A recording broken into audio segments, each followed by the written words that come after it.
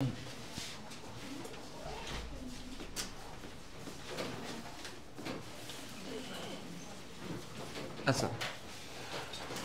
তো লাস্ট ক্লাসে আমরা হচ্ছে গ্যাসের বর্গমূল গড় বর্গবেগ এটা আমরা পড়ছিলাম, বা গ্যাসের অণুসমূহের বেগ নিয়ে আমরা একটা আলোচনা করছিলাম। সো ওইখান থেকে আমরা আগাবো। হ্যাঁ, নাও শুরু করি। তো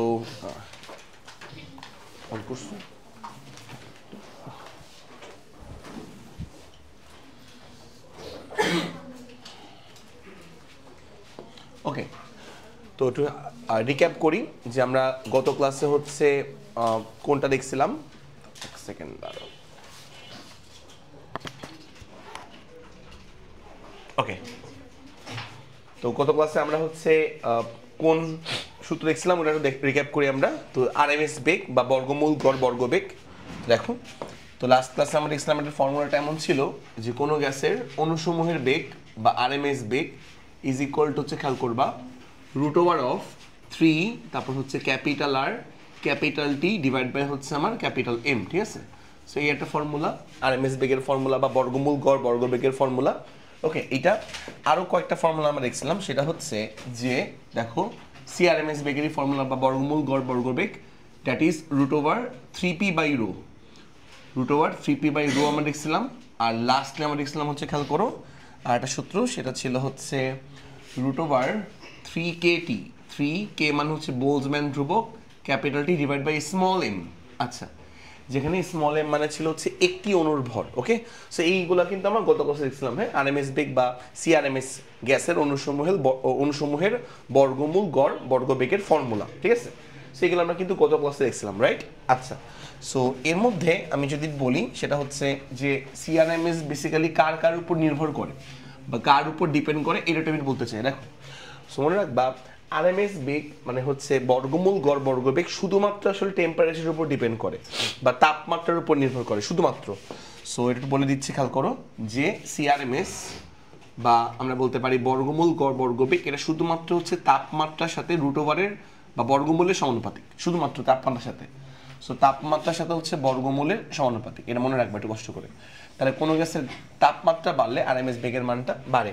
সেখান থেকে তুমি চিন্তা করতে পারো যে দেখো, যে আরএমএস বেগের মানটা হচ্ছে তোমার তাপমাত্রার সাথে হচ্ছে সমানুপাতিক, √এর সমানুপাতিক। ঠিক আছে, আচ্ছা, এখন এখান থেকে একটা কনসেপ্ট আসে, হচ্ছে যে আরএমএস বেগ কি চাপের সাথে সমানুপাতিক কিনা, বা আরএমএস বেগ হচ্ছে ঘনত্বের সাথে ব্যস্তানুপাতিক কিনা। সো একটা ব্যাপারটা বলে রাখি, সেটা হচ্ছে আমরা জানি পিভি সমান সমান এনআরটি। আমরা জানি হচ্ছে, খেয়াল করবা, PV is equal two nRT, এটা হচ্ছে আমাদের ফর্মুলা। আচ্ছা, সো আদর্শ গ্যাসের ল, এটা আদর্শ গ্যাসের ল। এখান থেকে আমরা একটু খেয়াল করো, আমরা কি করতে পারি, পিভি সমান সমান এনআরটি যদি হয়, পিভি এন মানে হচ্ছে মূল সংখ্যা, মূল সংখ্যা মানে হচ্ছে ভর বাই মোলার ভর। সো মূল সংখ্যা মানে হচ্ছে গ্যাসের মোট ভর ডিভাইড বাই মোলার ভর হচ্ছে আমার ক্যাপিটাল এম, সাথে আমার ক্যাপিটাল আর ইন্টু টি। ঠিক আছে, আচ্ছা, ওকে, এটা আমরা বুঝতে পারি। ক্যাপিটাল এমটা বামে পাঠিয়ে দাও, বামে। তাহলে খেয়াল করো, পি বড় হাতের এম, সো পি বড় হাতের এম সমান সমান, খেয়াল করবা, ডাব্লুর নিচে আমরা ভিকে পাঠাইছিলাম, ডাব্লুর নিচে ভিকে। সো ডাব্লুর নিচে আমরা যদি ভিকে পাঠাই দিই, তাহলে খেয়াল করো ডাব্লু বাই ভি। ঠিক আছে, সাথে হচ্ছে আর, সাথে হচ্ছে আমার ক্যাপিটাল টি। সো ডাব্লু মানে হচ্ছে গ্যাসের মোট ভর, আর ভি মানে হচ্ছে আমার গ্যাসের মোট আয়তন। ঠিক আছে, সো ডাব্লু মানে গ্যাসের মোট ভর, আর ভি মানে গ্যাসের মোট আয়তন। সো দেখো, ভর বাই আয়তন মানে হচ্ছে ঘনত্ব, এটা আমরা লাস্ট ক্লাসে পড়ছিলাম, ঘনত্ব। ওকে, তাহলে পি মানে হচ্ছে আমার গ্যাসের চাপ, ক্যাপিটাল এম হচ্ছে আমার মোলার ভর, আর ডাব্লু বাই ভি মানে হচ্ছে গ্যাসের মোট ভর ডিভাইড বাই মোট আয়তন। গ্যাসের মোট ভর ডিভাইড বাই মোট আয়তন মানে গ্যাসের ঘনত্ব। সো গ্যাসের ঘনত্বকে আমরা প্রকাশ করি রো দ্বারা, রো, আর সাথে হচ্ছে আমার ক্যাপিটাল আর, সাথে হচ্ছে আমার কি বলতো, টি। আচ্ছা, ওকে, সেটা আমরা বুঝতে পারতেছি। তাহলে একটু খেয়াল করো, এখান থেকে যদি একটু আগাই, দেখো, তাহলে আমার কি থাকবে এখানে, পি বাই রো লিখি আমরা, P by rho. So P by rho is equal to হচ্ছে, একটু খেয়াল করো, P by rho is equal to R T by capital M. So বড় হাতের আর বড় হাতের টি ডিভাইড বাই হচ্ছে আমার ক্যাপিটাল এম। ঠিক আছে, সো এই হচ্ছে আমাদের ফ্যাক্ট। আচ্ছা, যদি আমাদের টি ধ্রুবক থাকে, মানে তাপমাত্রা কনস্ট্যান্ট, হ্যাঁ, তাপমাত্রা চেঞ্জ হচ্ছে না, তাপমাত্রা, আমি বললাম যে ইফ টি কনস্ট্যান্ট, যদি আমার তাপমাত্রার ভ্যালুটা কনস্ট্যান্ট থাকে, ইফ, ঠিক আছে, যদি আমার তাপমাত্রার ভ্যালুটা হচ্ছে কনস্ট্যান্ট থাকে, আর আর এর নাম হচ্ছে মোলার গ্যাস ধ্রুবক, এমনি কনস্ট্যান্ট, আর নির্দিষ্ট গ্যাসের জন্য বড় হাতের মানে আণবিক ভর বা মোলার ভর, এটাও কিন্তু কনস্ট্যান্ট। তাহলে আমরা বলতে পারি যে এই পুরো টার্মটা খেয়াল করবা, এই পুরো টার্মটা কিন্তু আমাদের ধ্রুবক, পুরো টার্মটা, ঠিক আছে। আর মানে হচ্ছে মোলার গ্যাস ধ্রুবক, এমনি কনস্ট্যান্ট। টি হচ্ছে আমাদের খেয়াল করবা, আমি বলে দিলাম যে ইফ তাপমাত্রা কনস্ট্যান্ট, যদি আমার তাপমাত্রা ধ্রুবক থাকে, তাপমাত্রা চেঞ্জ হচ্ছে না, ঠিক আছে, তাপমাত্রা ফিক্স আছে, তারপরে তাপমাত্রা কনস্ট্যান্ট ধরে নিলাম। আর বড় হাতের এম হচ্ছে নির্দিষ্ট গ্যাসের জন্য, বড় হাতের এমটাও আমার কি বলতো ধ্রুবক, নির্দিষ্ট গ্যাসের জন্য মোলার ভর।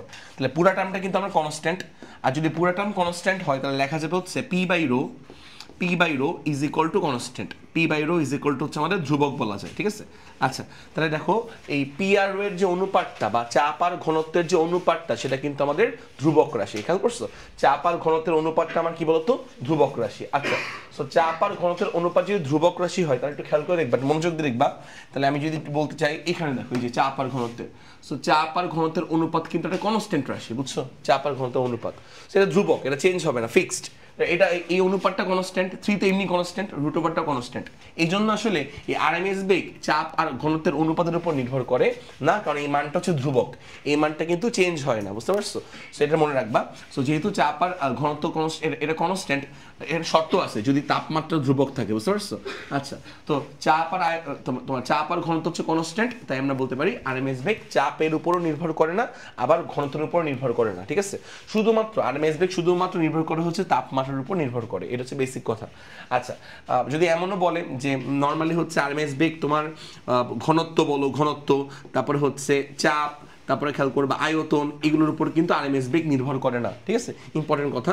আরএমএস বেগ বা গ্যাসের আরএমএস বেগ হচ্ছে এগুলোর উপর খেয়াল করবা, এগুলোর উপর নির্ভর করে না, ঠিক আছে, নির্ভর করে না। আচ্ছা, সো এটা হচ্ছে আমাদের ফ্যাক্ট, নির্ভর করে না, এটা লিখে রাখো একটু কষ্ট করে।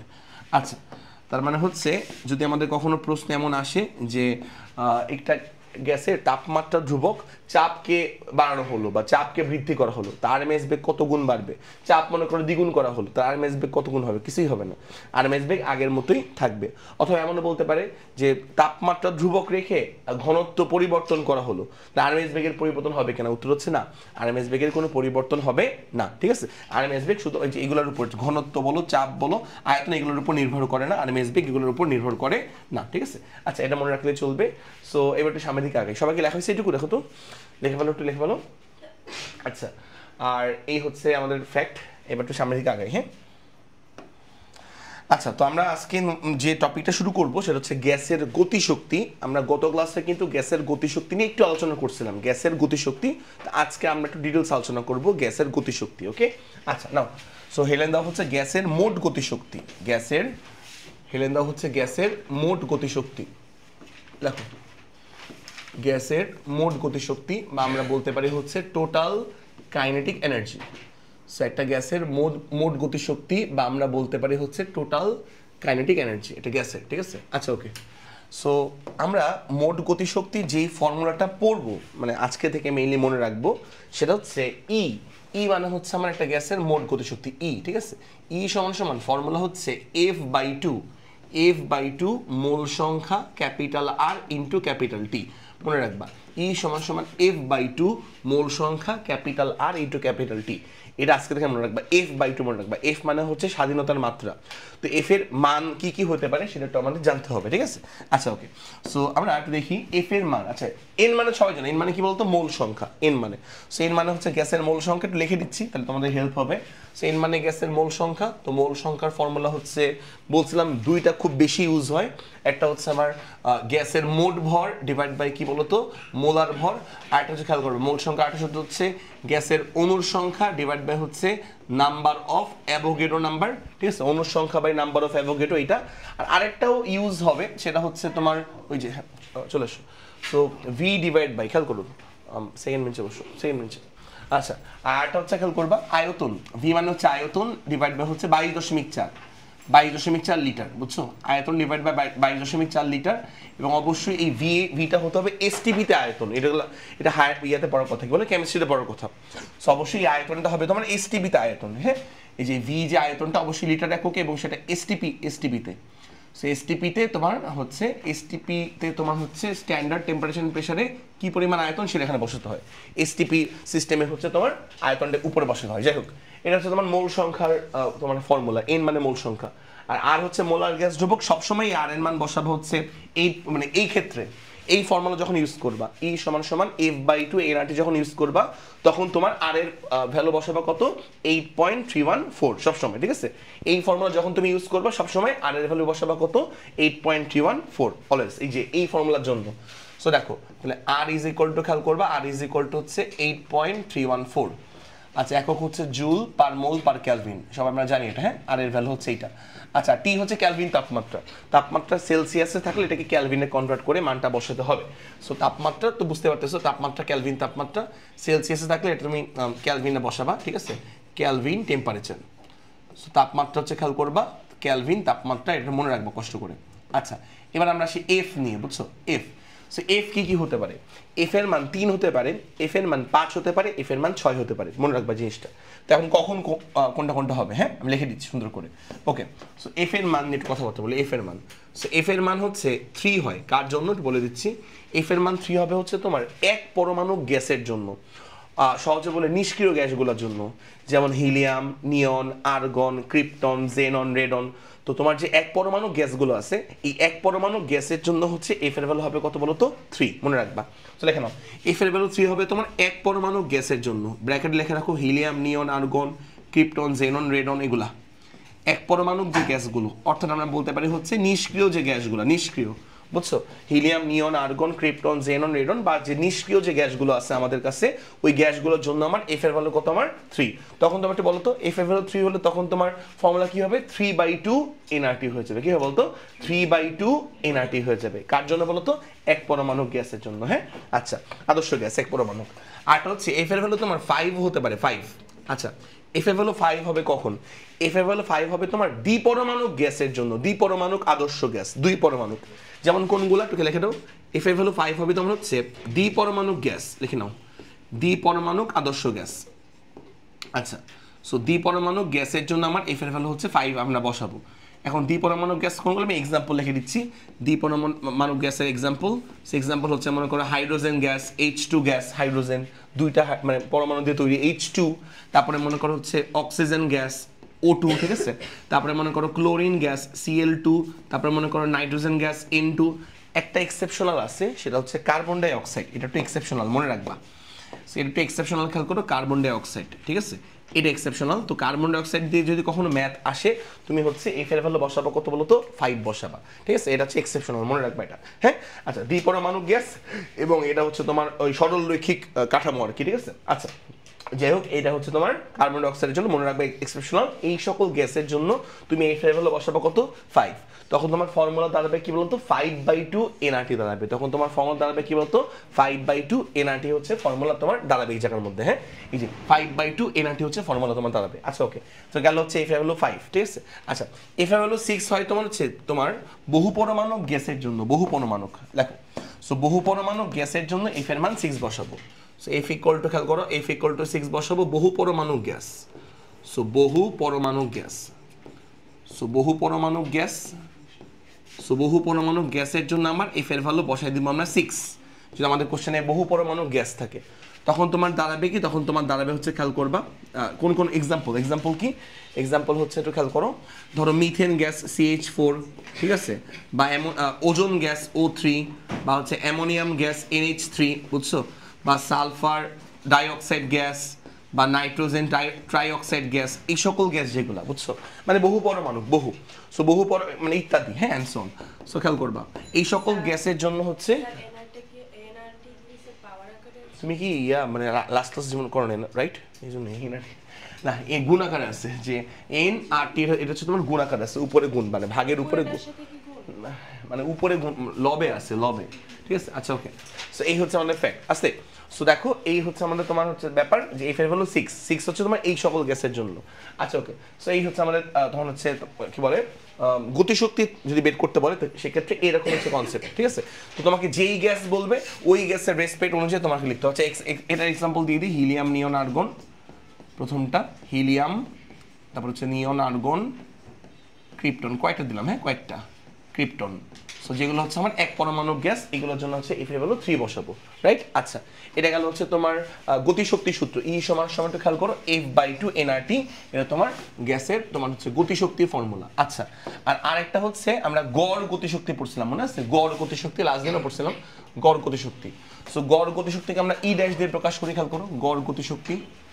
আরেকটা আমরা পড়ছি হচ্ছে গ্যাসের গড় গতিশক্তি, ই প্রাইম দিয়ে প্রকাশ করতে পারি। সো গ্যাসের লেখো গড় গতিশক্তি। সো গ্যাসের গড় গতিশক্তিকে আমরা ই প্রাইম দিয়ে প্রকাশ করতে পারি, ই প্রাইম। তো এটার ফর্মুলা হবে তোমার হচ্ছে অ্যাকচুয়াল ফর্মুলা F/2 kT। দেখো গড় গতিশক্তির অ্যাকচুয়াল ফর্মুলা হচ্ছে F/2 kT, উপরে কে আর সাথে হচ্ছে টি গুণ। আচ্ছা, এটা হচ্ছে আমার গ্যাসের গড় গতিশক্তি সূত্র F/2 kT, যেখানে কে মানে বলছে মনে আছে কি ছিল? কে মানে হচ্ছে বোল্টজম্যান ধ্রুবক ছিল, কে মানে। তো কে মানে ছিল হচ্ছে আমার বোল্টজম্যান ধ্রুবক, কে। আচ্ছা, এবং লাস্ট ক্লাসে বলছিলাম কে সমান সমান কি বলতো? কে সমান সমান বলছিলাম হচ্ছে R/NA। আর মানে হচ্ছে ওই যে মোলার গ্যাস ধ্রুবক, আর NA মানে হচ্ছে নাম্বার অফ অ্যাভোগাড্রো, ঠিক আছে? সো কে সমান সমান গত ক্লাসে বলছিলাম R/NA, ঠিক আছে? ওকে, সেই হচ্ছে আমাদের ফের। এখানেও কিন্তু আগের মতন এফ এর ভ্যালুগুলো কিন্তু এইভাবে বসাতে হবে। 3 হতে পারে 3, 5 হতে পারে, আবার কি বলতো 6 হতে পারে, এই সকল পরমাণু গ্যাসের জন্য, এই সকল পরমাণু গ্যাসের জন্য, ঠিক আছে? আচ্ছা, সো কোন কোন গ্যাসের জন্য এফ হলো কেমন হবে সব লিখে দিচ্ছি আমি। সেখান থেকে গড় গতিশক্তির ফর্মুলা ইউজ করতে পারবা, বের করতে পারবা। F/2 k ইন্টু কি বলতো টি, আর কে মানে হচ্ছে বোল্টজম্যান ধ্রুবক, যার ভ্যালু কি বলতো R/NA। সো মনে রাখবা এটা, হ্যাঁ? কে কে কে এর পরিচয় হচ্ছে বোল্টজম্যান ধ্রুবক, দ্যাট ইজ হচ্ছে R/NA। সবাইকে লেখা আছে একটু দেখো তো। আচ্ছা, তো আশা করি এইটুকু আমরা লিখতে পারছি। এবার আমরা এটা যদি আমরা দেখি, এবার আরেকটা কথা একটু মনে রাখবা যে তোমার মোট গতিশক্তি সমান সমান, দেখে নাও, মোট গতিশক্তি সমান সমান, এটা একটু কম আসে এই ব্যাপারটা, যে এখন যেটা পড়াবো, তাও লিখে রাখো, রৈখিক গতিশক্তি প্লাস ঘূর্ণন গতিশক্তি। লেখো রৈখিক গতিশক্তি প্লাস ঘূর্ণন গতিশক্তি। সো রৈখিক গতিশক্তি প্লাস খেয়াল করবা ঘূর্ণন গতিশক্তি। সো রৈখিক গতিশক্তি এবং ঘূর্ণন গতিশক্তিকে যোগ করলে তুমি পাবা হচ্ছে মোট গতিশক্তি। লেখো রৈখিক গতিশক্তি এবং ঘূর্ণন গতিশক্তিকে যোগ করলে পাবো হচ্ছে মোট গতিশক্তি, ঠিক আছে? লেখা রাখো একটু, কোনো গ্যাসের মোট গতিশক্তি সমান সমান রৈখিক গতিশক্তি প্লাস ঘূর্ণন গতিশক্তি, ওকে? আচ্ছা, আর একটা কথা মনে রাখবা যে গ্যাসের জন্য রৈখিক গতিশক্তি, গ্যাসের জন্য রৈখিক গতিশক্তি অলওয়েজ 3/2 nRT। গ্যাসের জন্য যদি কখনো বলে রৈখিক গতিশক্তি বের করো, এটা অলওয়েজ যে কোনো গ্যাসের জন্য, গ্যাসের জন্য রৈখিক গতিশক্তি অলওয়েজ মানে যে কোনো গ্যাসের জন্য সূত্র হচ্ছে 3/2 মোল সংখ্যা ক্যাপিটাল R ইন্টু টি, ঠিক আছে? গ্যাসের জন্য রৈখিক গতিশক্তির সূত্র অলওয়েজ 3/2 nRT, ঠিক আছে? অলওয়েজ, এখন F/2 হবে না। আচ্ছা, আর মোট গতিশক্তির ফর্মুলা আমি লিখে দিচ্ছি, দেখো F/2 nRT, ঠিক আছে? এখন আমি তোমার ঘূর্ণন গতিশক্তি বের করার ট্রাই করবো। আচ্ছা দেখো, এইটুকু সবার লেখা হয়েছে, এটুকু দেখো তো। ওকে, সবার লেখা হয়েছে, এটুকু কিন্তু পরে আসছো, মানে বাকিরা যারা প্রথম থেকে ক্লাস করতেছো। আচ্ছা, ওকে, এবার দেখো মনোযোগ দাও। যেটা হচ্ছে যে আমি তোমাকে মাত্র বললাম যে তোমার কোনো গ্যাসের মোট গতিশক্তি, দেখো কোনো গ্যাসের মোট গতিশক্তি, খেয়াল করবা, কোনো গ্যাসের মোট গতিশক্তি ইজ ইকুয়াল টু, খেয়াল করো, ইজ ইকুয়াল টু হচ্ছে রৈখিক গতিশক্তি প্লাস ঘূর্ণন গতিশক্তি। রৈখিক গতিশক্তি প্লাস ঘূর্ণন গতিশক্তি, আচ্ছা, প্লাস হচ্ছে ঘূর্ণন গতিশক্তি, ওকে? এটা খুব রেয়ার কেস যে এই টপিকটা আসে, তারপর আমি করাই দিচ্ছি ঘূর্ণন গতিশক্তি যেটা, ওকে? সো মোট গতিশক্তি সূত্র তোমাকে আমি লিখে দিচ্ছি, মোট গতিশক্তি সূত্র। সো গ্যাসের মোট গতিশক্তির ফর্মুলা আমি তোমাদেরকে লিখে দিচ্ছিলাম, সেটা কি ছিল বলো তো? F/2 মোল সংখ্যা R ইন্টু টি, এটা আমি লিখেছিলাম। এটা হচ্ছে গ্যাসের মোট গতিশক্তি, ঠিক আছে? ইকুয়াল টু, তোমাকে আমি বলছিলাম যে অলওয়েজ যে কোনো গ্যাসের জন্য, এটা তোমার যে কোনো টাইপের গ্যাস হইতে পারে, রৈখিক গতিশক্তির ফর্মুলা কি ছিল বলতো? রৈখিক গতিশক্তির ফর্মুলা 3/2 nRT, এটা অলওয়েজ, ঠিক আছে? মানে যে কোনো টাইপের গ্যাসের জন্য, যে কোনো টাইপের গ্যাসের জন্য রৈখিক গতিশক্তি হচ্ছে তোমার 3/2, দেখো ওই যে 3/2 হচ্ছে nRT, 3/2 nRT। আর প্লাস মনে করো হচ্ছে ঘূর্ণন গতিশক্তি, এটাকে আমি প্রকাশ করলাম ই ঘূর্ণন দ্বারা, মনে করো যে ই ঘূর্ণন শক্তি বা ঘূর্ণন গতিশক্তি, ই ঘূর্ণন, ঠিক আছে? সো আমরা ই ঘূর্ণন দিয়ে প্রকাশ করলাম ঘূর্ণন গতিশক্তি, ঠিক আছে? ই ঘূর্ণন। আচ্ছা, সো এখান থেকে আমরা কিন্তু ঘূর্ণন গতিশক্তির একটা কনসেপ্ট পেয়ে যাবো, ই ঘূর্ণন। এখানেও ঘূর্ণন গতিশক্তি, ই ঘূর্ণন সমান সমান কি বলতো? F/2 nRT F/2 nRT minus কত বলো তো 3/2 nRT, ঠিক আছে, F/2 nRT minus 3/2 nRT। So এখান থেকে nRTটা কমন নাও, তাহলে আমরা ঘূর্ণন গতিশক্তি পেয়ে যাব। কোন একটা গ্যাসের ঘূর্ণন গতিশক্তি কেমন? সো ঘূর্ণন গতিশক্তি সমান সমান এখান থেকে তুমি nRTটা কমন নাও, জাস্ট nRT পার্টটা। তাহলে nRT পার্টটা তুমি যদি কমন নিয়ে নাও থাকবে হচ্ছে, খেয়াল করবা F/2 মাইনাস কত, মাইনাস হচ্ছে 3/2 লিখে নাও। সো এটা হচ্ছে আমার একটা ঘূর্ণন গতিশক্তির কনসেপ্ট আকারে মনে রাখতে পারবা। দেখো এটা হচ্ছে আমার ঘূর্ণন গতিশক্তির কনসেপ্ট আকারে মনে রাখতে পারবা, ঠিক আছে। এখন তোমার যেই টাইপের গ্যাস বলুক না কেন জাস্ট এফ এর মানটা বসাবা। ধরো বললো এক পরমাণু গ্যাস, ধরো তোমাকে বললো হচ্ছে এক পরমাণু গ্যাস, বললো এক পরমাণু গ্যাস। সো এক পরমাণু গ্যাসের জন্য এফ এর ভ্যালু কত হবে বলতো? 3 হবে, 3। দেখো এক পরমাণু গ্যাসের জন্য আমি এখানে লিখে দিয়েছিলাম এক পরমাণু গ্যাস। সো এক পরমাণু গ্যাসের জন্য এফ এর ভ্যালু কত হবে বলতো? 3 হবে, 3। এক পরমাণু গ্যাসের জন্য এফ এর ভ্যালু 3 হবে। আচ্ছা, তো সেক্ষেত্রে তুমি কি করবা? এফ এর যে একটা 3 বসাবা, 3। সো তাহলে কি হবে বলতো? 3/2 মাইনাস 3/2। আচ্ছা, 3/2 মাইনাস 3 মানে কত? 0, 0। তাহলে ঘূর্ণন গতিশক্তির মানটা কত বলতো? 0, ঠিক আছে। কার জন্য? এক পরমাণু গ্যাসের জন্য। সহজে বের করতে পারলাম। তারপর ধরো দ্বিপরমাণু গ্যাস, একটু খেয়াল করে দেখো তো, দ্বিপরমাণু গ্যাসের জন্য এফ এর ভ্যালু কত? 5, এফ ভ্যালু 5। তাহলে খেয়াল করবা এখানে আমরা কিন্তু সহজে কি করতে পারবো? দ্বিপরমাণু গ্যাসের জন্য ঘূর্ণন গতিশক্তি মনে করো কোশ্চেনে বের করতে বললো, ঠিক আছে। যদিও এই ঘূর্ণন গতিশক্তি খুব রেয়ার কেস, মানে আসে না বললেই চলে। সো কিছু বড় বড় কলেজে আসে, এই জন্য দেখা দিচ্ছি। দেখো সেটা হচ্ছে যে ঘূর্ণন গতিশক্তির যে সূত্র, এটা তো এটা মনে রাখবে ব্যাপারটা। এর মানে মোল সংখ্যা জানো, আর মানে মোলার গ্যাস ধ্রুবক 8.314, টি মানে কেলভিন তাপমাত্রা। তো দ্বিপরমাণু গ্যাস বললে এফ এর জায়গায় বসাবো কত? 5। তাহলে কি হবে? 5/2 মাইনাস 3/2। তো যা আসবে তাই হচ্ছে অ্যান্সার, বুঝছো। আর বহু পরমাণু গ্যাস যদি কখনো বলে, বহু পরমাণু গ্যাস, ধরো মিথেন গ্যাস, অ্যামোনিয়াম গ্যাস বা ওজোন গ্যাস, এই গ্যাসের জন্য তুমি কি করবে? এফ এর জায়গায় বসাবে 6/2 মাইনাস 3/2। তাহলে আশা করি এইটুকু আমরা বুঝতে পারছি, ঠিক আছে। চলো আমরা এখান থেকে একটা ম্যাথ প্রবলেম সলভ করি। সো দেখো শুরু করি। দেখো হচ্ছে প্রথম 1 নাম্বার ম্যাথ প্রবলেম আজকের দিনের।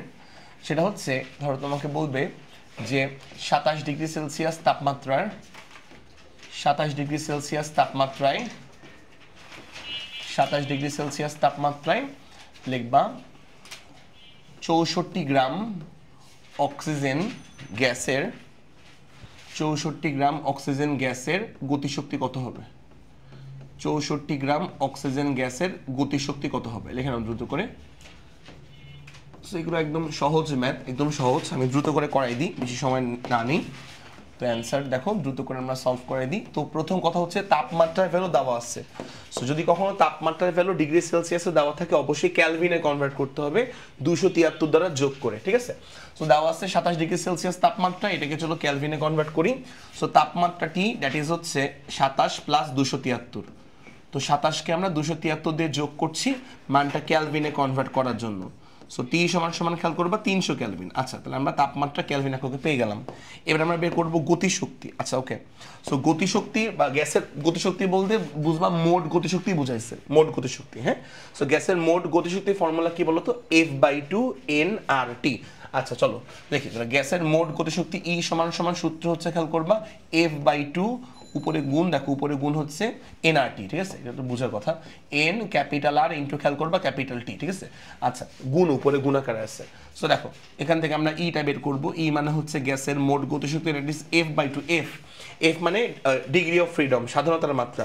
তো দেখো গ্যাসের নাম কি বলছে বলো তো? অক্সিজেন গ্যাস বলছে না? তো অক্সিজেন গ্যাস কি দ্বিপরমাণু গ্যাস, আর দ্বিপরমাণু গ্যাসের জন্য এফ এর ভ্যালু কত হবে? 5 হবে, 5। তো দ্বিপরমাণু গ্যাসের জন্য এফ এর ভ্যালু 5 হবে, দ্যাট ইজ 5/2। এন মানে মোল সংখ্যা, মোল সংখ্যা মানে ভর বাই মোলার ভর। সো দেখো ভর বাই মোলার ভর, তো ভর দেওয়া আছে কতটুকু বলো তো? 64 গ্রাম দেওয়া আছে ভর। সো খেয়াল করবা ভর, গ্যাসের ভর দেওয়া আছে 64 গ্রাম। সো গ্যাসের ভর হচ্ছে আমার 64 গ্রাম, ঠিক আছে, গ্যাসের ভর। আচ্ছা, তো গ্যাসের ভর যদি 64 গ্রাম, নিচে আমার মোলার ভর, তো বলতো অক্সিজেন গ্যাস না? অক্সিজেন গ্যাসের মোলার ভর কত বলতো? 32 গ্রাম পার মোল, 32 গ্রাম পার মোল। সো মোলার ভরটা খেয়াল করবা, অক্সিজেন গ্যাসের মোলার ভরটা হচ্ছে 32 গ্রাম পার মোল। অক্সিজেন গ্যাসের মোলার ভরটা 32 গ্রাম পার মোল ইনটু আর মানে মোলার গ্যাস ধ্রুবক আর। আচ্ছা, এখান থেকে দেখো গ্রাম গ্রাম কেন রাখছি জানো? কারণ এই যে গ্রাম আর গ্রাম কাটাকাটি যায়, গ্রাম আর গ্রাম কাটাকাটি যায়, সমস্যা নেই, গ্রাম আর গ্রাম। আচ্ছা, আর মানে মোলার গ্যাস ধ্রুবক, তোমাকে আমি বলছিলাম এখানে ব্যবহার করতে কত? 8.314। এই ফর্মুলায় 8.314 ইউজ করতে বলছিলাম ইনটু তাপমাত্রাটি ক্যালভিন তাপমাত্রা, এবং সেটা কত? 300 ক্যালভিন। খুবই সহজ ম্যাথ, ওকে। আচ্ছা, সেখান থেকে তুমি হচ্ছে জুলে পেয়ে যাবা। তো যা পাবা তত জুল হচ্ছে আমার গ্যাসের মোট গতিশক্তি। লিখে নাও, যা পাবা তত জুল হচ্ছে আমার, খেয়াল করো, তত জুল হচ্ছে আমার গ্যাসের মোট গতিশক্তি। লেখা সুন্দর করে দেখছো। আচ্ছা, আরেকটা কথা একটু মনে রাখবা, নোট লেখো 1 গ্রাম অণু, এই একটা কথা আছে বুঝছো, 1 গ্রাম অণু। সো 1 গ্রাম অণু মানে তুমি বুঝবা 1 মোল বুঝাচ্ছে, 1 মোল বুঝাচ্ছে। 1 গ্রাম অণু লেখা থাকলে তুমি বুঝবা যে 1 মোল বুঝাচ্ছে। ধরো তোমাকে বললো একটা প্রশ্ন এরকম আছে যে ধরো 30 ডিগ্রি সেলসিয়াস তাপমাত্রায় 1 গ্রাম অণু হিলিয়াম গ্যাসের, 30 ডিগ্রি সেলসিয়াস তাপমাত্রায় 1 গ্রাম অণু হিলিয়াম গ্যাসের গতিশক্তি নির্ণয় করো। তো 1 গ্রাম অণু মানে কত মোল বলতো? 1 মোল। মানে এর ভ্যালু কত? এর ভ্যালু হচ্ছে 1, বুঝছো? সো 1 গ্রাম অণু যদি কখনো বলে, এই লাইনটা দিয়ে তুমি বুঝবা যে মোল সংখ্যা, যে এর মানে মোল সংখ্যা, মোল সংখ্যা ফেরত দেওয়া আছে কত? 1 দেওয়া আছে, বুঝতে পারছো? তো এটা তোমাকে মনে রাখতে হবে। আচ্ছা ওকে, তো আশা করি একটু আমরা বুঝতে পারছি। এবার লেখা হচ্ছে পরের ম্যাথ। সবাই লিখছে এটা? আচ্ছা, সবাই তোলা আছে, দেখো তো, দ্রুত তুলো। ওকে, তো 1 গ্রাম অণু এইটা থাকলে তুমি বুঝবা 1 মোল বুঝাচ্ছে, ঠিক আছে? এটা প্রশ্ন এরকম আছে যে 30 ডিগ্রি সেলসিয়াস তাপমাত্রায় 1 গ্রাম অণু হিলিয়াম গ্যাসের গতিশক্তি কত? তো 1 গ্রাম অণু মানে 1 মোল, মানে 1 মোল হিলিয়াম গ্যাসের গতিশক্তি কত এটাই চাওয়া হয়েছে, বুঝতে পারছো? সবাই কি লেখা আছে এটুকু?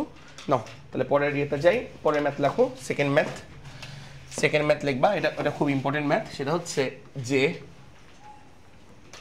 লিখবা কোন তাপমাত্রায়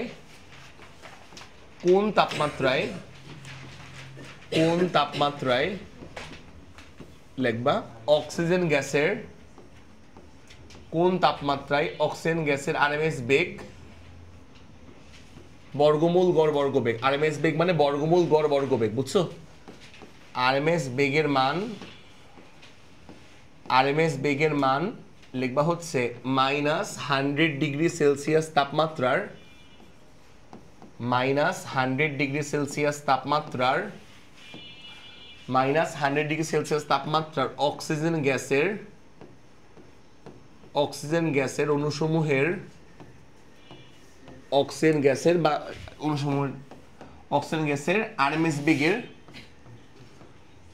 আরএমএস বেগের মানের, হ্যাঁ হাইড্রোজেন, আচ্ছা সেকেন্ডটা হাইড্রোজেন, সেকেন্ডটা লিখে দিছি তো, দেখো কি লেখা আছে। সো -100 ডিগ্রি সেলসিয়াস তাপমাত্রার হাইড্রোজেন গ্যাসের আরএমএস বেগের মানের, দেখো মানের হচ্ছে তোমার 1/3 হবে, মানের 1/3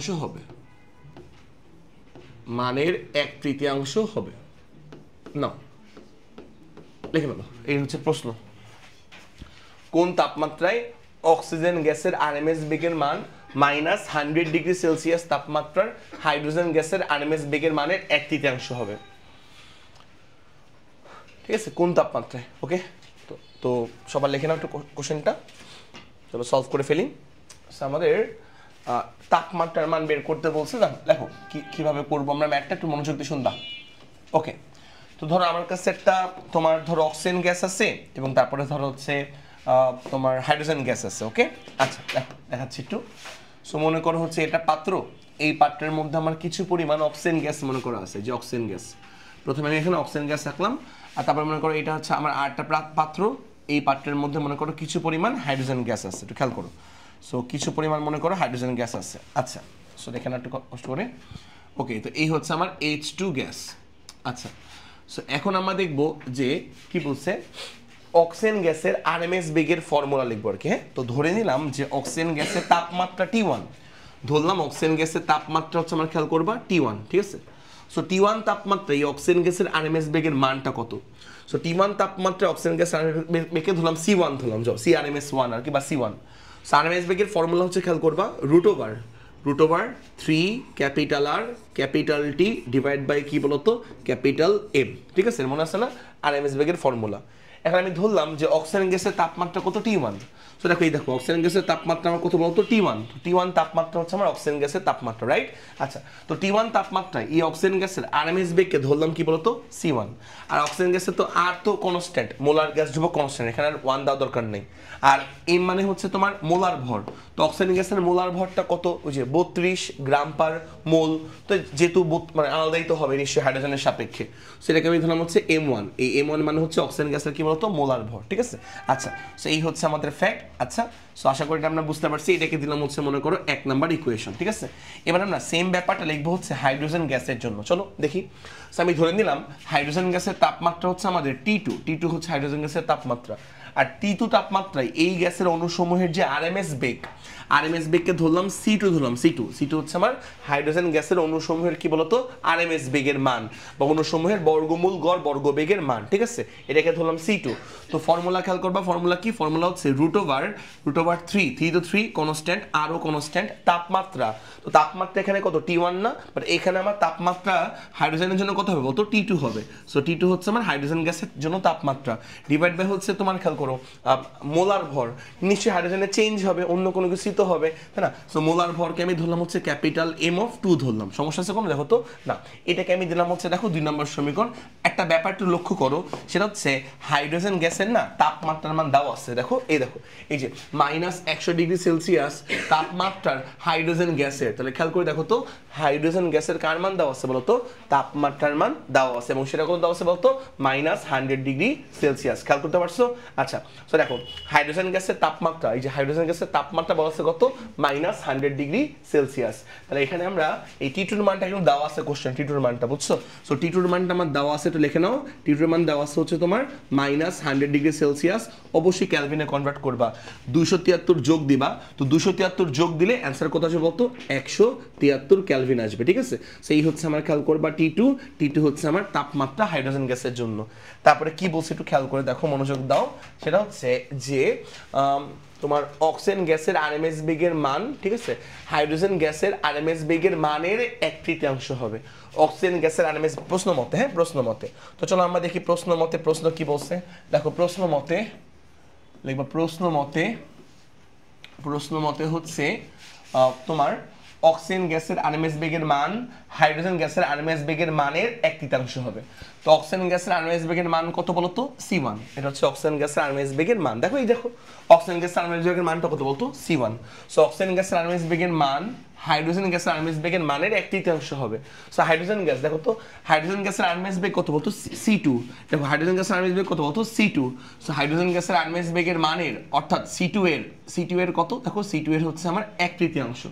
সো দেখো C2 এর হচ্ছে দেখো 1/3, তাহলে 1/3। তো এইটা হচ্ছে আমার প্রশ্ন মতো দেওয়া আছে, ঠিক আছে। আচ্ছা, আমি আবার লাস্ট মানে বলতেছি লাস্ট টাইম।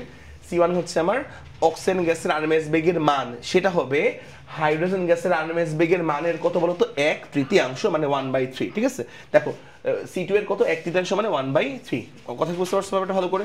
আচ্ছা, ওকে। তাহলে এবার একটু খেয়াল করে দেখবা, মনোযোগ দিয়ে খেয়াল করো, মনোযোগ দিয়ে। সেটা হচ্ছে যে এখান থেকে C1 এর একটু ভ্যালুটা তুমি বসায় দাও। C1 এর ভ্যালুটা হচ্ছে যে এটা বসায় দাও, যে এই জিনিসটা, হ্যাঁ, রুট ওভার, তুমি পারবা বাকিটুকু না কয় দিলেও চলে, তো দ্রুত একটু কয় দিই। 3R capital T1 divide by খেয়াল কর, ডিভাইড হচ্ছে ক্যাপিটাল M1, ঠিক আছে।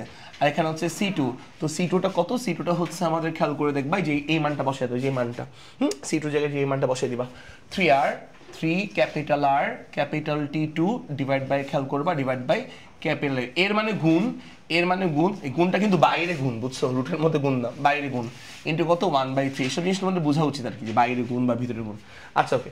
এবার একটু খেয়াল করে দেখবা মনোযোগ দিয়ে। সেটা হচ্ছে যদি একটু আগাই, দেখো অনেক কিছু কাটাকাটি যাবে, অনেক কিছু। দেখো এই দেখো 3 আর 3 কাটাকাটি যাবে, ঠিক আছে। 3 তারপর দেখবো হচ্ছে, আচ্ছা এখানে M এর জায়গায় কিন্তু M2 হবে না? M এর জায়গায় কিন্তু M2 হবে, যে M2, ঠিক আছে। M2 দেখো M এর জায়গাতে M2ই হবে, এই দেখো এই যে M2ই তো হবে, তাই না? আচ্ছা, M এর জায়গায় আমাদের M2 হবে। তো 3 কাটাকাটি গেল, 3 তারপর দেখো অনেক কিছু কাটাকাটি যাবে, আর কাটবে, আর দেখো এই আর হচ্ছে কাটা যাবে, ঠিক আছে। আচ্ছা, কাটাকাটি গেল। এবার রুট আছে না, স্কোয়ার করে দাও, স্কোয়ার। সো উভয় পক্ষে আমরা বর্গ করে ফেলি, বর্গ। সো উভয় পক্ষে যদি আমি বর্গ করে ফেলি, একটু খেয়াল করে দেখবা, বর্গ করলে রুট বাদ। এই পাশে বর্গ করলে রুট বাদ থাকবে হচ্ছে ক্যাপিটাল T1 ডিভাইড বাই খেয়াল করবা ক্যাপিটাল M1। আর ডান পাশে স্কয়ার করো, রুটটা বাদ, রুট বাদ গেলে আমার থাকবে হচ্ছে খেয়াল করবা ক্যাপিটাল T2 ভাগ হচ্ছে আমার ক্যাপিটাল M2। আর এখানে কিন্তু স্কয়ার করছো, 1/3 কে স্কয়ার করলে 1/9 আসবে, 1/3 কে স্কয়ার করলে খেয়াল করবা 1/9 আসবে। কথা কি বুঝতে পারছো ব্যাপারটা ভালো করে? আচ্ছা, ওকে। আশা করি এইটুকু আমরা ভালো করে বুঝতে পারলাম। হ্যাঁ, দেখো উভয় বোথ সাইডে স্কয়ার করছো, সো এখানে স্কয়ার করলে রুটটা উড়ে গেছে, এখানে স্কয়ার করলে রুটটা বাদ, এখানে স্কয়ার করলে 1/9 হয়ে গেছে, মান বসে দাও, অঙ্ক শেষ। আচ্ছা, তো মান বসিয়ে দিলে অঙ্ক আমাদের হয়ে যাবে। কিভাবে অঙ্ক হবে দেখো, তো T1 আমাদের বের করতে হবে। T1 অর্থাৎ এই অক্সিজেন গ্যাসের তাপমাত্রার মানটা কত, এটাই কিন্তু আমাদের চাওয়া হয়েছে, বুঝছো?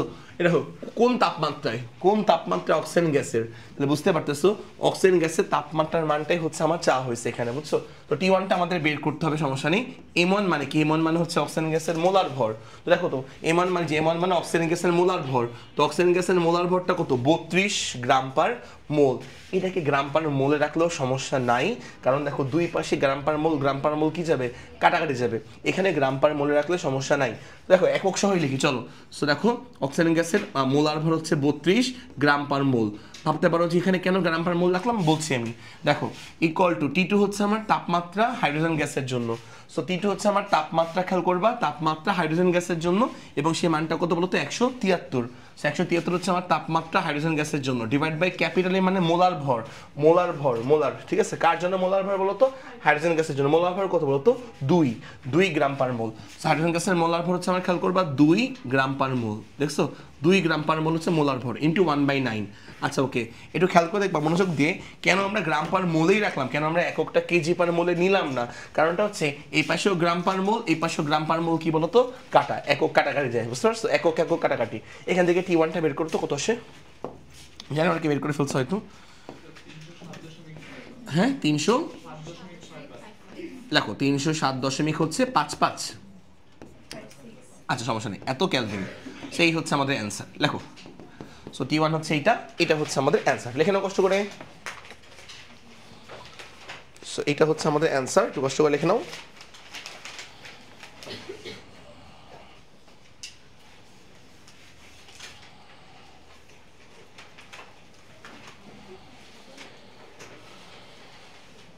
লিখছো?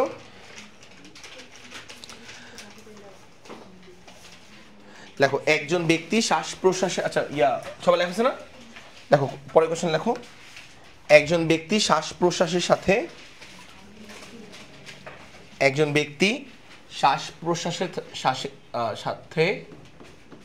ম্যাথ, এক ব্যক্তি শ্বাস প্রশ্বাসের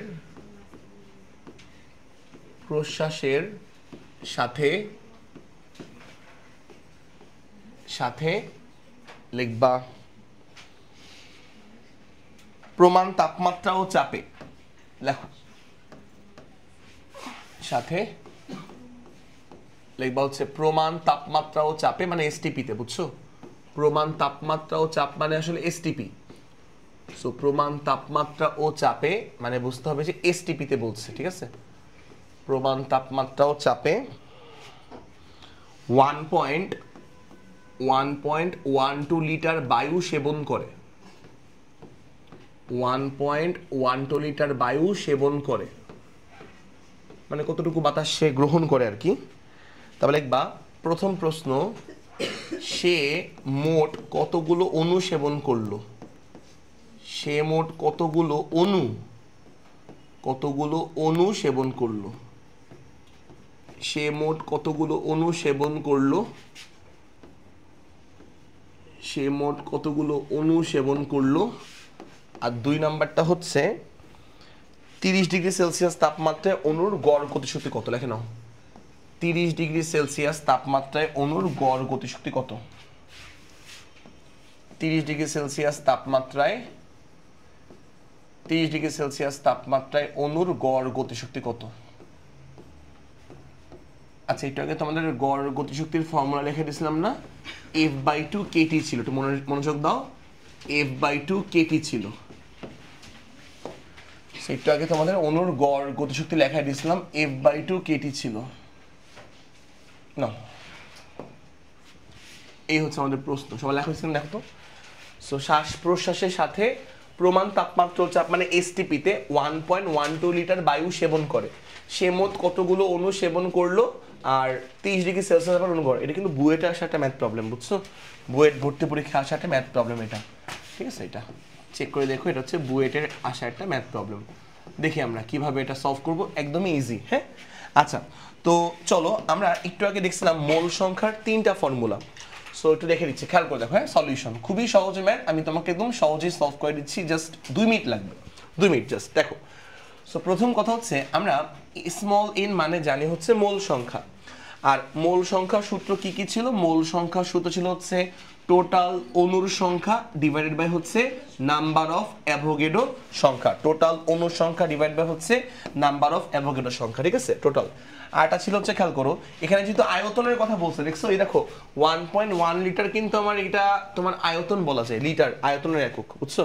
আচ্ছা, সো ইজ ইকুয়াল টু, খেয়াল করবা, ইজ ইকুয়াল টু আয়তন ভি, ভি ডিভাইড বাই খেয়াল করবা কি বলতো 22.4, ভি ডিভাইড বাই কি বলতো 22.4 লিটার, ঠিক আছে? এই যে 22.4 লিটার। বাই দ্য ওয়ে অবশ্যই এখানে আমি বলছিলাম তোমাদেরকে যে ভি হচ্ছে আমার আয়তন, ঠিক আছে, এবং আয়তনের একক হবে লিটার।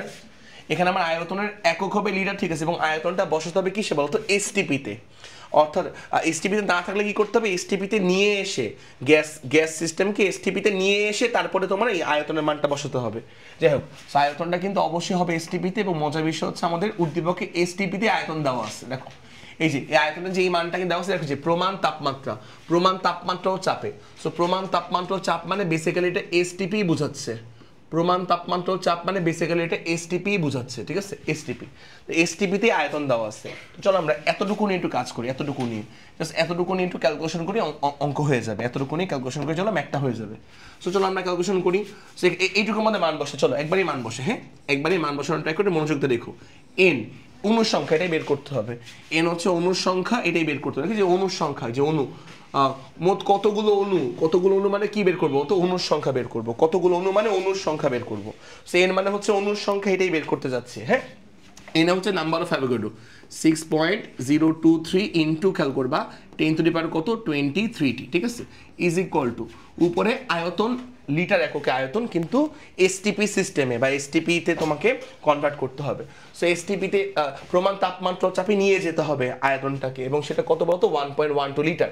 সো ভি এর মান দেওয়া আছে 1.12, দেখো ভি এর মান দেওয়া আছে 1.12। আচ্ছা ওকে, লিটার কিন্তু লিটার, আর নিচে হচ্ছে 22.4 লিটার। সো একক কিন্তু কাটাকাটি যাবে, দেখো যে 22.4 লিটার। সো একক একক কাটাকাটি গিয়ে এন এর মান বের করতে হবে। এন কত, সেন এর মানটা, এন হচ্ছে আমার অণুর সংখ্যা। বলো 3.015, হ্যাঁ 3.115 015 হবে।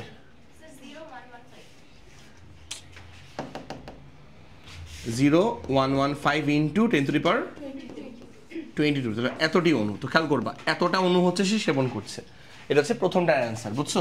যে কতগুলো অণু সে সেবন করলো, এই প্রথমটার অ্যান্সার খেয়াল করবা, অ্যান্সার হচ্ছে আমার এইটা। আচ্ছা গেল। তো এবার হচ্ছে এক নাম্বারটা শেষ, এবার হচ্ছে করবো দুই নাম্বারটা। দুই নাম্বারটা বলছে 30 ডিগ্রি সেলসিয়াস তাপমাত্রায় অণুর গড় গতিশক্তি। তো গড় গতিশক্তি খুব সিম্পল ব্যাপার। গড় গতিশক্তির সূত্র কি বলতো F/2 KT। দেখো সূত্র লেখো, আমরা জানি গড় গতিশক্তির সূত্র 2 নাম্বার ম্যাথ। সো লেখো গড় গতিশক্তি, আচ্ছা গড় গতিশক্তির ফর্মুলা আর একটি অণুর গতিশক্তির ফর্মুলা কিন্তু সেম। সো গড় গতিশক্তিকে আমরা ই প্রাইম দিয়ে প্রকাশ করতে পারি, ই প্রাইম। সো ই প্রাইম সমান সমান সূত্র হচ্ছে F/2 KT। খেয়াল করবা F/2 KT। সো গড় গতিশক্তি আর হচ্ছে তোমার একটি অণুর গতিশক্তির ভ্যালু কিন্তু সেম। ই প্রাইম সমান সমান F/2 KT। চলো মানগুলো বসাই দাও। সো ই প্রাইম সমান সমান, মনোযোগ দাও। সো ই প্রাইম সমান সমান খেয়াল করবা এফ এর, আচ্ছা এফ এর মান কত হবে জানো? বায়ু আমরা তো অক্সিজেন গ্যাস গ্রহণ করি নর্মালি, বা দ্বিপরমাণু গ্যাস কিন্তু মানুষ শ্বাস প্রশ্বাসে সেবন করে। তো এখানে আমরা দ্বিপরমাণু গ্যাসের জন্যই এফ এর মানটা বসাবো, 5 বসাবো, ঠিক আছে? সো দেখো 5/2, আর কে মানে হচ্ছে R/NA, কে মানে হচ্ছে R/NA, সাথে হচ্ছে আমার ক্যাপিটাল টি, সাথে হচ্ছে আমার ক্যাপিটাল টি, ঠিক আছে? তো চলো আমরা একটু মানটা বসাই দিই। সো 5 ই ড্যাশ অর্থাৎ হচ্ছে গড় গতিশক্তি ইজ ইকুয়াল টু 5/2, আর হচ্ছে আমার মোলার গ্যাস ধ্রুবক দ্যাট ইজ 8.314, আর এনে হচ্ছে নাম্বার অফ অ্যাভোগাড্রো 6.023, কত হলো 6.023 10 টু দি পাওয়ার 23। দেখো এটা হচ্ছে আমার নাম্বার অফ অ্যাভোগাড্রো, সাথে আমার টি হচ্ছে কেলভিন তাপমাত্রা। সো যেহেতু বলছে 30 ডিগ্রি সেলসিয়াস, এটাকে ক্যালভিনে কনভার্ট করলে হবে তোমার 303 ক্যালভিন। হ্যাঁ 30 প্লাস 273 করলে তোমার 303 ক্যালভিন আসবে, যা আসবে তাই হচ্ছে আমার ই ড্যাশ। ই ড্যাশ হচ্ছে আমার গ্যাসের গড় গতিশক্তি, লিখে নাও। সো যা আসবে তাই হচ্ছে আমার অ্যান্সার। দেখো গ্যাসের গড় গতিশক্তি লিখে নেবা হচ্ছে গ্যাসের গড় গতিশক্তি। সব লেখা হয়েছে এটুকু, দেখো তো দেখো।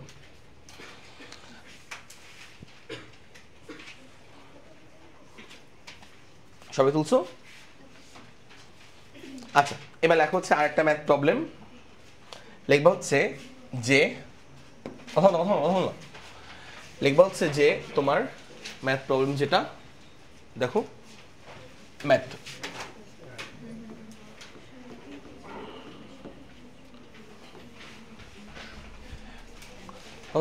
কথা বল না, দেখো লিখবা 4 মূল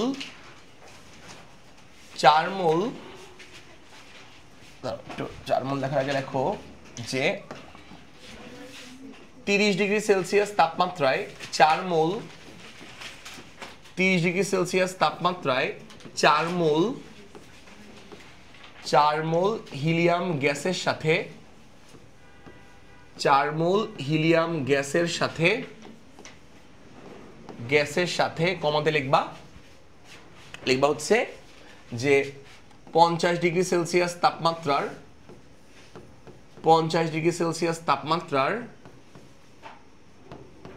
7 মোল অক্সিজেন গ্যাসকে মিশ্রিত করা হলো। 7 মোল অক্সিজেন গ্যাসকে মিশ্রিত করা হলো। আচ্ছা, এটা কিন্তু বিক্রিয়া করে না, ঠিক আছে? এটা আমরা বিবেচনা করছি যে আমরা ম্যাথের মধ্যে বিবেচনা করছি হিলিয়াম আর অক্সিজেন বিক্রিয়া করে, অন্য কোনো মানে মৌল বা যৌগ উৎপন্ন করে নাই, ঠিক আছে? আচ্ছা, ওকে। সো মিশ্রিত করা হলো, তারপর লিখবা যে হচ্ছে মিশ্রণের তাপমাত্রা কত। লেখো মিশ্রণের তাপমাত্রা কত, লিখে নাও মিশ্রণের তাপমাত্রা কত। চলো দেখো, এটা হচ্ছে আমাদের প্রশ্ন, খুব সুন্দর একটা প্রশ্ন। লেখো, সো আমরা 30 ডিগ্রি সেলসিয়াস তাপমাত্রায় 4 মোল হিলিয়াম গ্যাসের সাথে 50 ডিগ্রি সেলসিয়াস তাপমাত্রা 7 মোল অক্সিজেন গ্যাসকে আমরা মিক্স করছি। আমাদেরকে বের করতে বলছে হচ্ছে মিশ্রণের তাপমাত্রা কত, টেম্পারেচার কত। লিখছো এটা? চলো আমরা সলভ করি, একটু খেয়াল করো। সো প্রথমে আমরা চিন্তা করবো যে দুইটা গ্যাস আলাদা আলাদা ছিল, ঠিক আছে, আইসোলেটেড।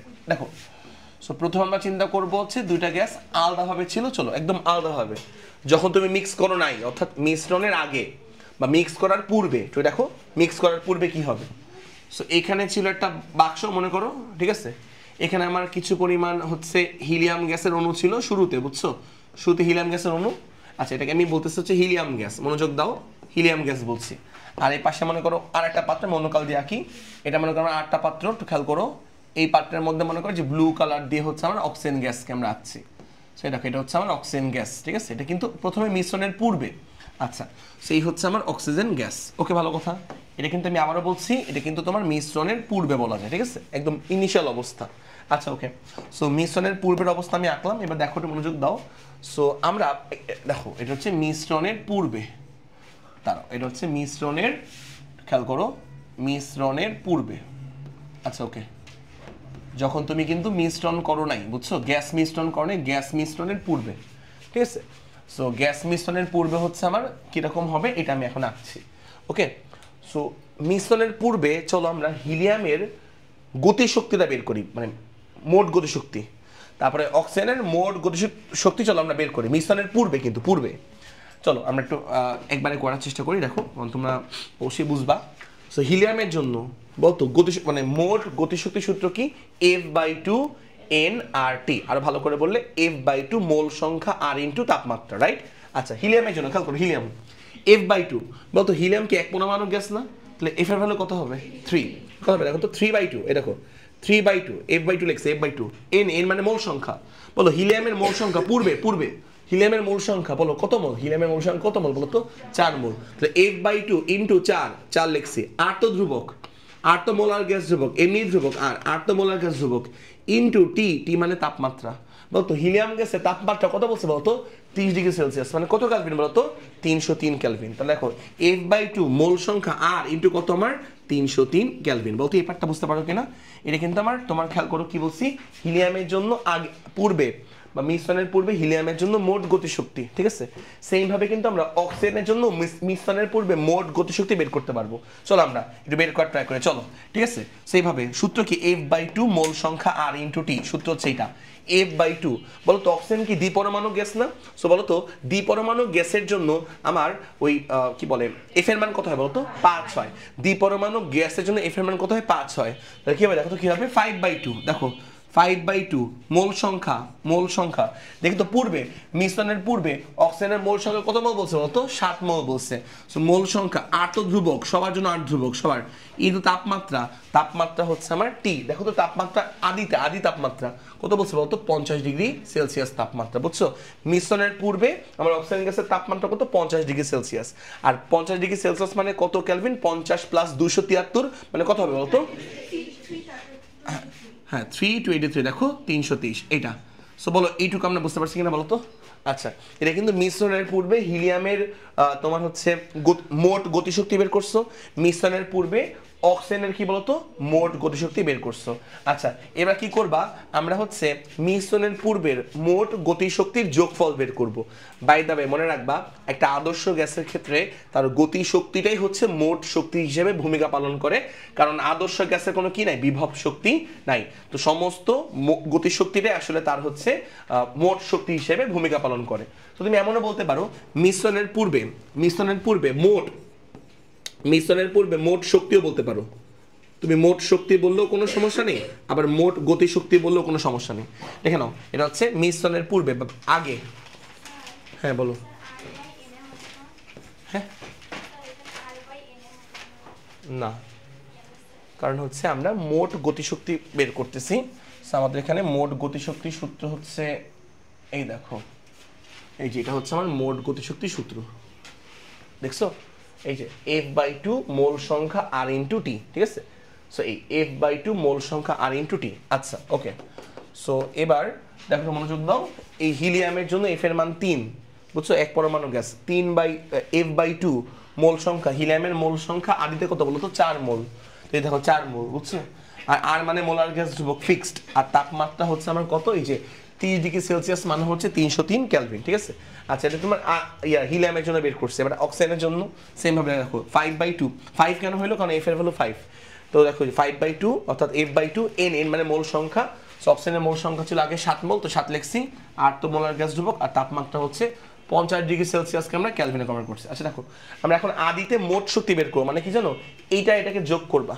তো একটু যোগ করে বলতো কত আসে, যে এই দুই সংখ্যাকে যোগ করো তো পারবা। এই যে এই সংখ্যাটা অর্থাৎ হিলিয়ামের জন্য মোট গতিশক্তি পূর্বে, হ্যাঁ এই যে এই সংখ্যাটা হচ্ছে আমার হিলিয়ামের জন্য পূর্বে মোট গতিশক্তি, আর এই মিশ্রণের পূর্বে এটা হচ্ছে আমার অক্সিজেনের জন্য পূর্বে মোট গতিশক্তি। এই দুটাকে যোগ দিবা, যোগ দিলে পেয়ে যাবো হচ্ছে আদিতে মোট গতিশক্তি। কত সে যোগ দাও তো ঠিক মতন করো, যোগ করছো না? হ্যাঁ 6.216 ইন্টু 10 টু দি পাওয়ার কত বলো তো 4 এত জুল লেখো। এটা কিন্তু আমার মিশ্রণের পূর্বে বা আদিতে মোট গতিশক্তি, বুঝতে পারছো? এই যে হিলিয়ামের জন্য গতিশক্তি আর অক্সিজেনের জন্য গতিশক্তিকে আমরা কি করছি বলতো যোগ করছি। যোগ করলে পেয়ে যাবো হচ্ছে আদিতে মোট শক্তি বা আদিতে মোট গতিশক্তি, বুঝতে পারছো ব্যাপারটা? আচ্ছা এটা গেল মিশ্রণের পূর্বের অবস্থা। এবার আসবো মিশ্রণের পরে, মানে মিশ্রণের পরে আমরা কি করছি দেখো। এবার লেখা হচ্ছে মিশ্রণের পরে, এবার লিখবো হচ্ছে মিশ্রণের পর, লিখি চলো মিশ্রণের পর আসলে কি হচ্ছে। আচ্ছা এবার আমরা কি করব, দুইটা গ্যাসকে মিক্স করব, একটা পাত্রের মধ্যে দুইটা গ্যাসকে আমরা মিক্স করব। তো ধরো এই একটা পাত্র, ধরো একটা বড় পাত্র, এই বড় পাত্রের মধ্যে আমি হিলিয়াম গ্যাসকেও মিক্স করব। দেখো হিলিয়াম গ্যাস, এই হিলিয়াম গ্যাসকেও আমরা এখানে ঢালবো। সো ঢালি হিলিয়াম গ্যাসের পর ইয়াগুলো অণুগুলো হচ্ছে সাদা কালারের। সো মনে করো এই সাদাগুলো হচ্ছে হিলিয়াম গ্যাস, খেয়াল করো এই সাদাগুলো হচ্ছে হিলিয়াম গ্যাস, খেয়াল করো এই একটা পাত্র, দেখো এই পাত্রের মধ্যে বড় একটা পাত্রের মধ্যে আমরা দুটা গ্যাসকে ঢালবো, খেয়াল করো। সো হিলিয়াম গ্যাসকে আমরা ঢালছি কিন্তু, বুঝছো? সাদাগুলা দিয়ে আমি হিলিয়াম বোঝাচ্ছি, সাদাগুলা, তো সাদাগুলা দিয়ে কিন্তু আমি হিলিয়াম বোঝাচ্ছি, হিলিয়াম, বুঝছো? সাদাগুলা দিয়ে। আর অক্সিজেন গ্যাসকেও তুমি এর মধ্যে মিক্স করবা, দেখো। সো একটা জায়গার মধ্যে আমরা দুইটা গ্যাসকে মিক্স করছি, দেখো এই হচ্ছে আমার অক্সিজেন গ্যাস। সো অক্সিজেন গ্যাসটাকে আমি অন্য কালিদের প্রকাশ করছি, খেয়াল করো যে এই হচ্ছে আমার অক্সিজেন গ্যাস, বুঝছো? সো দুইটা গ্যাস কিন্তু এখানের মধ্যে মিক্সড অবস্থায় আছে, বুঝছো? দুইটা গ্যাস কিন্তু আমার এই জায়গার মধ্যে কি বলতো মিক্সড অবস্থায় আছে, একদম মিশ্রিত অবস্থায় আছে, মিশ্রিত। সো মিলেমিশে একদম মিক্সড অবস্থায় আছে, বুঝছো? সো এখন মিলেমিশে মিক্সড অবস্থায় তারা একটা সাম্যাবস্থা অর্জন করছে, এবং সাম্যাবস্থা অর্জন করার পর এই জায়গায় পুরো মিশ্রণের তাপমাত্রাকে ধরলাম হচ্ছে আমরা টি। সো দেখো মিক্স করার পর তারা সাম্যাবস্থা অর্জন করছে, তারা সাম্যাবস্থা অর্জন করার পর তাদের মিশ্রণের তাপমাত্রাকে ধরলাম, খেয়াল করবা টি। দেখে নাও মিশ্রণের তাপমাত্রা, সো মিশ্রণের তাপমাত্রাকে ধরলাম, খেয়াল করো, ধরলাম হচ্ছে আমরা ক্যাপিটাল টি।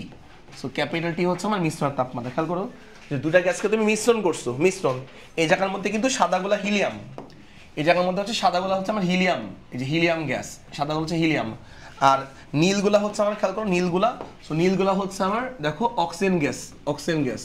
সো দুটো গ্যাসকে তুমি পাত্রের মধ্যে মিক্স করছো, মিক্স করার পর তারা হচ্ছে একটা সাম্যাবস্থা অর্জন করছে, এবং সাম্যাবস্থা অর্জন করার পর তাদের দুজনের তাপমাত্রা কত হয়ে গেছে বলতো? টি হয়ে গেছে। এটা হচ্ছে আমার মিশ্রণের তাপমাত্রা। তুমি জিজ্ঞেস করো যে হিলিয়াম, এই হিলিয়াম তোমার তাপমাত্রা এখন কত? হিলিয়াম বলবে কত বলতো? টি বলবে, টি। আর অক্সিজেন গ্যাসের তাপমাত্রা কত? টি। তারা দুজনেই হচ্ছে এখানে তাপীয় সাম্যাবস্থায় অর্জন করছে, অর্থাৎ দুজনের তাপমাত্রায় কত হয়ে গেছে বলতো? টি হয়ে গেছে। দুজনেই একটা তাপীয় সাম্যাবস্থা অর্জিত হয়েছে। কোন ঝামেলা আছে দেখো তো? না, এইটুকু আশা করে বুঝছি। এবার আমরা বর্তমানে মিশ্রণের পর এদের মানে তোমার পুরা সিস্টেমের হচ্ছে ইয়া বের করবো, মোট গতিশক্তি বের করব বা মোট শক্তি বের করব মিশ্রণের পর।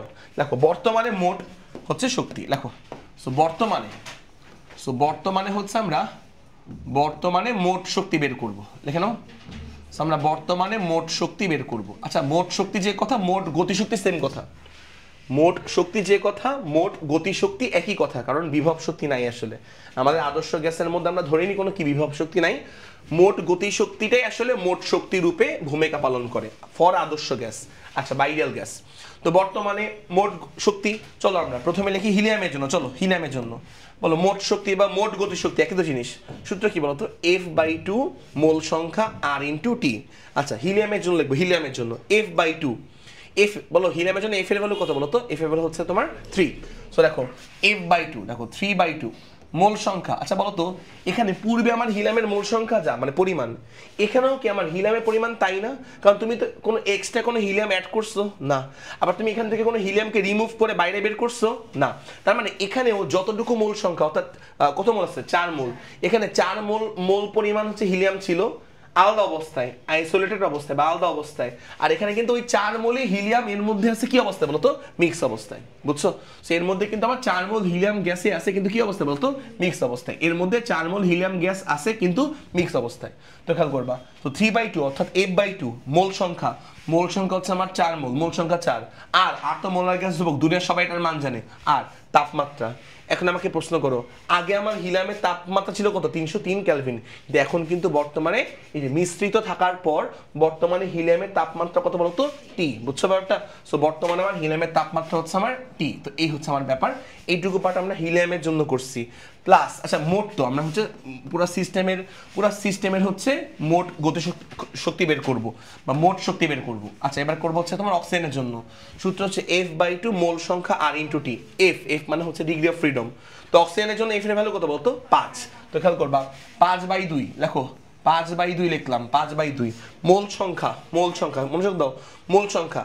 সো দেখো তো মোল সংখ্যা অক্সিজেন গ্যাসের জন্য মোল সংখ্যা, অক্সিজেন গ্যাস। তো দেখো তো আগে আমার অক্সিজেন গ্যাসের মোল সংখ্যা ছিল কত বলতো? 7। স্টিল নাও এর মধ্যে কিন্তু 7 মোল অক্সিজেন গ্যাস মিক্সড অবস্থায় আছে। আগে না হয় আলাদাভাবে ছিল, এখন হচ্ছে ওই 7 মোলই এর মধ্যে কি আছে বলতো? মিক্সড অবস্থায় আছে। তো 7 মোল তো 7 মোলই তো আছে। তো অক্সিজেন গ্যাসের জন্য 5/2, এফ এর ভ্যালু 5। তোমার হচ্ছে মোল সংখ্যা, খেয়াল করো মোল সংখ্যা 7 মোল, মোল সংখ্যা হচ্ছে আমার খেয়াল করো 7 মোল। আর তো আর এর ভ্যালু দুনিয়ার সবাই জানে তাপমাত্রা। যদি জিজ্ঞেস করো অক্সিজেন গ্যাস তোমার তাপমাত্রা কত, বলবো যে আমি মিক্সড অবস্থায় আছি, আমার তাপমাত্রা কত? আমার টি। সো দুজনের তাপমাত্রা হচ্ছে আমার টি। আর যোগ মাঝখানে যোগ কেন দিছি? মাঝখানে যোগ দিছি কারণ আমি তোমার হচ্ছে মোট এই যে বর্তমানে মোট শক্তি মানে পুরা সিস্টেমের হিলিয়াম এবং অক্সিজেন সহ পুরা সিস্টেমের মোট গতিশক্তি জানতে যাচ্ছে। এই জন্য হচ্ছে মাঝখানে আমি কি দিচ্ছি বলতো? প্লাস। দেখো তো এর মধ্যে কোনো ঝামেলা আছে কিনা? ঝামেলা আছে কোনো? দেখো তো একটু ক্যালকুলেশন আমাকে একটু হেল্প করো।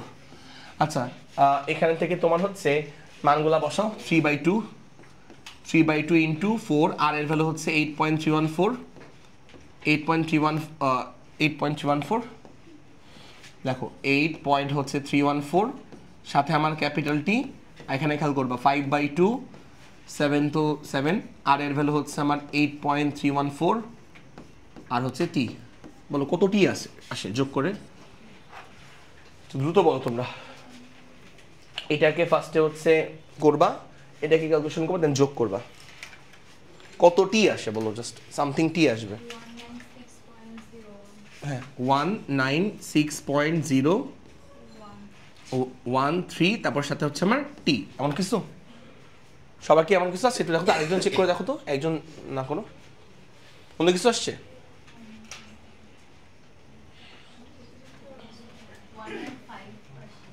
সমস্যা নেই, মানে এরকম কাছাকাছি তো আসছে,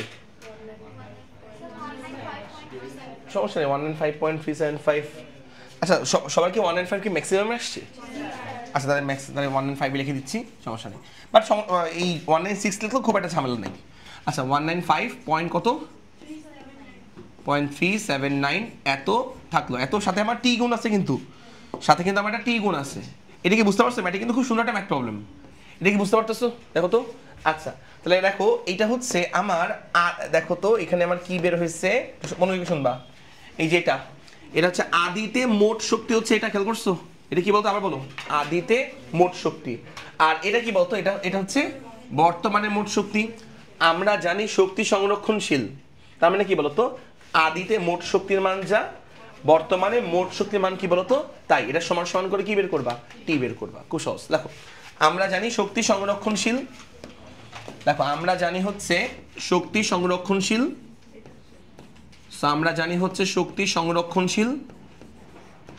দেখো শক্তি সংরক্ষণশীল, শক্তি সংরক্ষণশীল মানে হচ্ছে আদিতে মোট শক্তি আর বর্তমান মোট শক্তি সমান। সো এটা হচ্ছে আমার আদি মোট শক্তি হচ্ছে এটা 6.6 ইন্টু 10⁴ ইজ ইকুয়াল টু, এটা হচ্ছে আমার আদি মোট শক্তি, যে এই পার্টটা আদি মোট শক্তি। আদিতে মোট শক্তি যখন তারা আইসোলেটেড বা আলাদা অবস্থায় ছিল তখন পুরো সিস্টেমের মোট শক্তি হচ্ছে যেটা, হ্যাঁ। আর যখন তারা একসাথে দুজনে মিলেমিশে আছে তখন পুরো সিস্টেমের মোট শক্তি হচ্ছে এটা, সমান সমান। সো দেখো 195 দশমিক, খেয়াল করবা 379 টি, বলো টি কত সেটি? 318 দশমিক কত 15 এত কেলভিন। এটা হচ্ছে আমার মিশ্রণের তাপমাত্রা। খুবই সুন্দর একটা ম্যাথ প্রবলেম, একবার চেক করে নাও। এই ম্যাথগুলো কিন্তু তোমার অ্যাডমিশনে কিন্তু আসে, একাডেমিকেও আসতে পারে, এই জন্য দেখাই দিচ্ছি। সবাইকে এই ম্যাথটা বুঝতে পারছো? দেখো তো এই ম্যাথটা।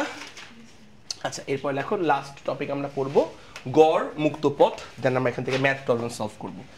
হেলেনদা হচ্ছে গড় মুক্ত পথ, গড় মুক্ত পথ, দ্রুত লিখবা, হ্যাঁ, গড় মুক্ত পথ। আচ্ছা ওকে, সো গড় মুক্ত পথ কি দেখো, খেয়াল করো। আমরা জানি গ্যাসের অণুগুলো কিন্তু যে কোনো দিকে র্যান্ডমলি তারা কিন্তু একটা পাত্রের মধ্যে ছোটাছুটি করতে থাকে, বুঝতে পারছো?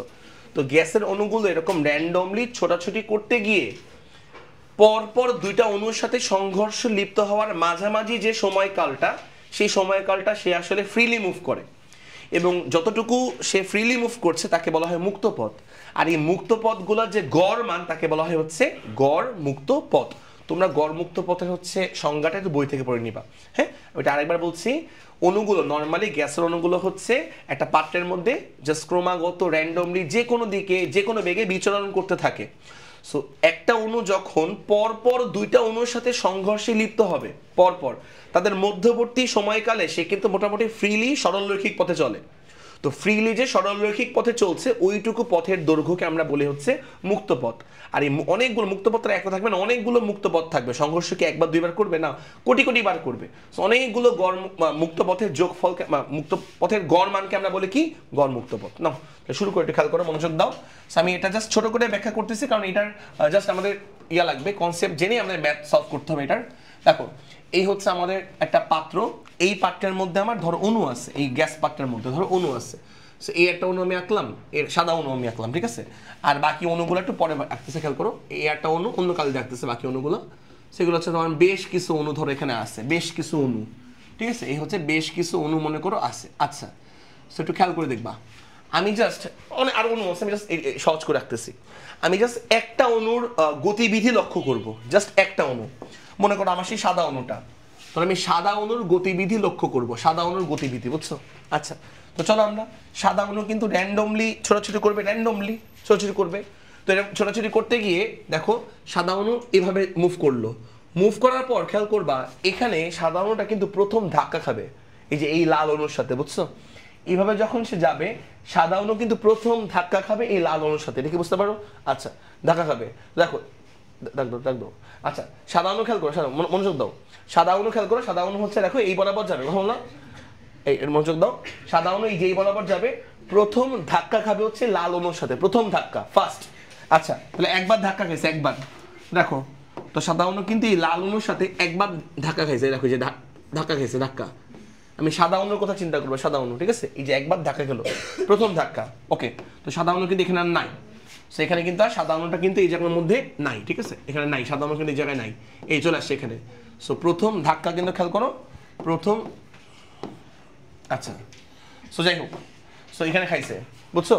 আচ্ছা তারপরে খেয়াল করবা সাদা অণু হচ্ছে এখান থেকে মনে করো এই বরাবর মুভ করছে, যেই বরাবর দেখো যেই বরাবর, সেই বরাবর মুভ করলো, মুভ করার পর সে কিন্তু দ্বিতীয় ধাক্কা গেছে, দ্বিতীয় ধাক্কা। এখন দেখো এখান থেকে এখানে সেকেন্ড ধাক্কা খেলো সে, সাদা অণু এই বরাবর গেল, খেয়াল করো যে এই বরাবর গেল, এই বরাবর যাওয়ার পর সে সেকেন্ড ধাক্কা খাইছে এই যে অণুর সাথে, দ্বিতীয় ধাক্কা। খেয়াল করো এখান থেকে সাদা অণু এখানে গেছিল, প্রথম ধাক্কা খাইছে, তারপরে এই বরাবর গেছে, দ্বিতীয় ধাক্কা খাইছে। এখন দেখো এই প্রথম ধাক্কা থেকে দ্বিতীয় ধাক্কা খাওয়ার মাঝামাঝি যে হলুদ যে দূরত্বটা, হলুদ, এই হলুদ যে দূরত্ব সেটা কিন্তু সে সরলরৈখিক পথে গেছে, বুঝতে পারছো। এবার দেখো এই হলুদ দূরত্বের মাঝখানে কি সে কোনো ধাক্কা খাইছে বলো তো, না, মধ্যবর্তী অঞ্চলে সে মুক্ত, এবং সে কিন্তু একদম ফ্রিলি চলছে, হলুদ দূরত্বটুকু সে কিন্তু একদম ফ্রিলি চলছে। এই হলুদ দূরত্বকে বলা হয় মুক্ত পথ, বলা হয় মুক্ত পথ। এই মুক্ত পথকে প্রকাশ করলাম হচ্ছে আমরা λ1 দ্বারা, মুক্ত পথ, বুঝছো। তারপরে খেয়াল করো, তারপরে এই যে সাদা অণুটা সে আবার এই দিক বরাবর যখন যাবে আবার ধাক্কা খাবে, যে এই বরাবর গেলে আবার ধাক্কা খাইছে, এই লাল অণুর সাথে সে কিন্তু আবার ধাক্কা খাইছে, আবার ধাক্কা। সো দেখো এখানে আবার পরপর দুটো ধাক্কা, এই যে এখানে। সো দেখো এই ধাক্কা থেকে এই ধাক্কায় যাওয়ার সময় মধ্যবর্তী সময়ে সে কিন্তু একেবারে ফ্রিলি মুভ করছে, এটা হচ্ছে আমার আরেকটা মুক্ত পথ, এটা হচ্ছে আমার আরেকটা মুক্ত পথ, λ2 ধরলাম, বুঝছো, আরেকটা মুক্ত পথ। তারপর খেয়াল করো সাদা অণু ধরো হচ্ছে এই বরাবর গেল, যে এই বরাবর, সাদা অণু মনে করো এই বরাবর গেল, যাওয়ার পর আবার ধাক্কা খেলো, সাদা অণু আবার ধাক্কা খেলো। আমি জাস্ট সাদা অণুর দিকে তাকাইছি, বুঝছো, জাস্ট সাদা অণুর দিকে, জাস্ট সাদা অণুর দিকে আমি তাকাচ্ছি, ওকে। সো দেখবা এই ধাক্কার পর থেকে ইমিডিয়েট আরেকটা ধাক্কা খাওয়ার আগ মুহূর্ত পর্যন্ত এইটুকু সময় এই হলুদ দূরত্ব সে কিন্তু ফ্রিলি মুভ করছে, এটা হচ্ছে আমার আরেকটা মুক্ত পথ। সেই হচ্ছে আমার আরেকটা মুক্ত পথ, λ3 ধরলাম। এরকম কিন্তু অসংখ্য মুক্ত পথ থাকবে, বুঝছো। এই সবগুলো মুক্ত পথের যে গড় মান, এই গড় মানকে আমরা বলি কি বলতো, গড় মুক্ত পথ, ঠিক আছে। আচ্ছা এখন গড় মুক্ত পথের হচ্ছে তিনজন বিজ্ঞানী তিনটা ডিফারেন্ট সূত্র দিচ্ছে, তিনজন বিজ্ঞানী। সো চলো আমরা সেটা লেখার চেষ্টা করি, যে তিনজন বিজ্ঞানী তিনটা ডিফারেন্ট সূত্র আমাদের দিচ্ছে। সো দেখো, সো প্রথম হচ্ছে ল্যামডা দিয়ে প্রকাশ করা হয়, গড় মুক্ত পথকে আমরা ল্যামডা দ্বারা প্রকাশ করি। সো প্রথম সূত্র আমি লিখেছি ক্লসিয়াসের, λc মানে ক্লসিয়াসের সূত্র, বুঝছো। ক্লসিয়াসের তত্ত্ব অনুযায়ী গড় মুক্ত পথের সূত্র হচ্ছে ল্যামডা মানে গড় মুক্ত পথ। আচ্ছা সূত্র হচ্ছে 1/, লিখে নাও, 1/n প্রাইম পাই সিগমা স্কোয়ার, 1/n প্রাইম পাই সিগমা স্কোয়ার, লিখে নাও। আচ্ছা যেখানে n প্রাইম মানে কি, n প্রাইম মানে হচ্ছে একক আয়তনে অণুর সংখ্যা, লেখো। n প্রাইম মানে হচ্ছে খেয়াল করবা একক আয়তনে অণুর সংখ্যা। সো একক আয়তনে নাম্বার অফ অণু, সো একক আয়তনে নাম্বার অফ অণু বা অণুর সংখ্যা। আমরা একক আয়তনে যে অণুর সংখ্যা সেটাকে আমরা স্মল n প্রাইম দিয়ে প্রকাশ করি, ঠিক আছে, বুঝলাম। সিগমা মানে হচ্ছে অণুর ব্যাস, সো সিগমা মানে খেয়াল করবা, সিগমা মানে হচ্ছে অণুর ব্যাস। সো একটা কথা মনে রাখবা, যদি কখনো অণুর ব্যাসার্ধ দেওয়া থাকে আমরা হচ্ছে 2 দিয়ে গুণ করে অণুর ব্যাসটা বের করব। যদি কখনো অণুর ব্যাসার্ধ আমার দেওয়া থাকে আমরা 2 দিয়ে গুণ করলে অণুর ব্যাসটা বের করব, ঠিক আছে। আচ্ছা তো সিগমা মানে হচ্ছে অণুর ব্যাস, এইটুকু আমরা আশা করি বুঝতে পারছি, ঠিক আছে। আচ্ছা এটা হচ্ছে বিজ্ঞানী ক্লসিয়াসের তত্ত্ব অনুযায়ী গড় মুক্ত পথের সূত্র। আচ্ছা আরটা আছে তোমার হচ্ছে বিজ্ঞানী তোমার ম্যাক্সওয়েলের তত্ত্ব অনুযায়ী, ম্যাক্সওয়েল, লেখো λm মানে ম্যাক্সওয়েল বোঝাচ্ছে। সো ম্যাক্সওয়েলের তত্ত্ব অনুযায়ী গড় মুক্ত পথের সূত্র কি, that is 1/√2 n prime pi sigma square. আচ্ছা এটা হচ্ছে বিজ্ঞানী ম্যাক্সওয়েলের তত্ত্ব অনুযায়ী গড় মুক্ত পথের সূত্র, এটা হচ্ছে বিজ্ঞানী ম্যাক্সওয়েলের সূত্র অনুযায়ী বা তত্ত্ব অনুযায়ী গড় মুক্ত পথের সূত্র। আর আরেকটা আছে আরেকজন বিজ্ঞানী, সেটা হচ্ছে বিজ্ঞানী বোলজম্যানের তত্ত্ব অনুযায়ী গড় মুক্ত পথের সূত্র, লেখো λb। সো বোলজম্যানের তত্ত্ব অনুযায়ী গড় মুক্ত পথের সূত্র 3/4 n প্রাইম পাই সিগমা স্কোয়ার, 3/4 n প্রাইম পাই সিগমা স্কোয়ার। এটা হচ্ছে বিজ্ঞানী বোলজম্যানের তত্ত্ব অনুযায়ী গড় মুক্ত পথের সূত্র। লেখো তিনজন বিজ্ঞানী, হ্যাঁ, প্রথমটা হচ্ছে লিখে দিচ্ছি, প্রথমটা হচ্ছে আমাদের খেয়াল করবা ক্লসিয়াস, বিজ্ঞানী ক্লসিয়াস দিয়েছে, ক্লসিয়াসের মতামত অনুযায়ী গড়মুক্ত পথের সূত্র, বাট এটা একটু অ্যাকুরেট সূত্র না, কারণ এখানে সে আসলে মাত্র একটা অণুকে গতিশীল ধরে আসলে সলভ করছে, মানে থিওরি সলভ করছে এটা ক্লসিয়াস। ওকে, আর ম্যাক্সওয়েলটা আসলে খুবই কার্যকর। সো খেয়াল করো, এটা হচ্ছে আমার বিজ্ঞানী ম্যাক্সওয়েলের তত্ত্ব অনুযায়ী, বিজ্ঞানী ম্যাক্সওয়েলের তত্ত্ব অনুযায়ী হচ্ছে গড়মুক্ত পথের সূত্র হচ্ছে এটা, ঠিক আছে, যে সেকেন্ডটা। আর থার্ডটা হচ্ছে বোল্টজম্যান, বিজ্ঞানী বোল্টজম্যানের তত্ত্ব অনুযায়ী গড়মুক্ত পথের সূত্র। বিজ্ঞানী বোল্টজম্যান, বানানটা জানি ঠিক আছে কিনা, বিজ্ঞানী বোল্টজম্যানের তত্ত্ব অনুযায়ী গড়মুক্ত পথের সূত্র। তিনজন বিজ্ঞানী তিনটা সূত্র দিয়েছে, কোনো ঝামেলা আছে দেখো তো না? তো এই হচ্ছে আমাদের ফ্যাক্ট। আর একটা ব্যাপার, যদি আমাদের কখনো বিজ্ঞানীর নাম উল্লেখ করে না দেয়, ধরো বিজ্ঞানীর নাম উল্লেখ করে দেয় নেই, তখন আমরা হচ্ছে ম্যাক্সওয়েলের ফর্মুলা ইউজ করব। যদি বিজ্ঞানীর নাম উল্লেখ করে না দেয় তাহলে আমরা ম্যাক্সওয়েলের ফর্মুলা ইউজ করব। ম্যাক্সওয়েল যেই গড়মুক্ত পথের সূত্র দিয়েছে ওই সূত্র আমরা ইউজ করব, ম্যাক্সওয়েলেরটা, বুঝতে পারছো? যদি কখনো হচ্ছে আমাদের কি বলে না দেয়, ঠিক আছে, নাম উল্লেখ করে না দেয়, নাম উল্লেখ করে দিলে যেটা নাম বলবে ওই নাম অনুযায়ী তুমি আগাবা, নাম উল্লেখ করে দিলে যেই নাম বলবে ওই নাম অনুযায়ী তুমি হচ্ছে আগাবা, কোনো সমস্যা নেই, বুঝতে পারছো? আচ্ছা ওকে, সেটা গেল। এবার হচ্ছে আমরা দেখি, একটু খেয়াল করে দেখবা, এবার আমরা আরো দুই সূত্র আছে, সেটা হচ্ছে যে একক সময়ে সংঘটিত ধাক্কার সংখ্যা, বা এক সেকেন্ডে একক সময়ে সংঘটিত ধাক্কার সংখ্যা, বা আমরা বলতে পারি হচ্ছে এক সেকেন্ডে সংঘটিত ধাক্কার সংখ্যা।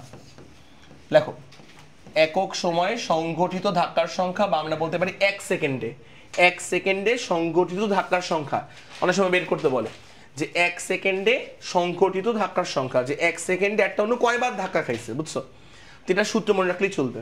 এটা সূত্র হচ্ছে আমাদের, খেয়াল করো, সিআরএমএস মানে তো জানোই, বর্গমূল গড় বর্গবেগ সূত্র কি, √3r T ভাগ m, তাই না? সিআরএমএস ভাগ, খেয়াল করো, ভাগ হচ্ছে আমাদের ল্যামডা, ল্যামডা মানে গড়মুক্ত পথ। লেখো সিআরএমএস ভাগ ল্যামডা, উপরে হচ্ছে আরএমএস বেগের মান, নিচে আমার ডিভাইড বাই ল্যামডা। লেখো, এটা হচ্ছে আমার একক সময়ে সংঘটিত ধাক্কার সংখ্যার সূত্র। প্রশ্ন এটা কিন্তু করতে পারে, বলতে পারে যে এক সেকেন্ডে একটা অণু কয়বার ধাক্কা খাইছে, এটা বের করতে বলে সূত্র কি, সিআরএমএস ভাগ আমার কি বলতো, ল্যামডা। আর আরএমএস বেগের সূত্র কি বলতো, √3 T ভাগ কি বলতো, আণবিক মোলার ভর, ঠিক আছে? আর মনে আছে যখন তুমি সিআরএমএস এর দেখো, মনে করে দেখো, এই সিআরএমএস ইকুয়াল টু আমি কি বলছিলাম, √, মনোযোগ দাও, 3 T ভাগ আমার কি বলতো, M, তাই না? আর মনে আছে এই ফর্মুলা যখন আমরা ইউজ করি তখন আমরা অবশ্যই এবং অবশ্যই M এর এককটা আমরা কি দেই বলতো, কেজি পার মোল। কিসে বলতো, কেজি পার মোল। যখন আমি আরএমএস বেগের এই ফর্মুলা ইউজ করি তখন অবশ্যই M অর্থাৎ তোমার মোলার ভরের একক কিন্তু কেজি পার মোল হতেই হবে, মাস্ট, ঠিক আছে? কেজি পার মোল হতেই হবে, মাস্ট, কোনো ঝামেলা আছে দেখো তো না? আরেকটা আছে হচ্ছে যে পরপর দুটি ধাক্কার মধ্যবর্তী সময়। লেখো, পরপর দুটি ধাক্কার মধ্যবর্তী সময় বের করতে বলতে পারে, লেখে নাও, পরপর দুটি ধাক্কার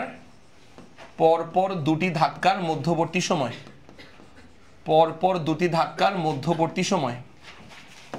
লেখো, পরপর দুটি ধাক্কার মধ্যবর্তী সময়।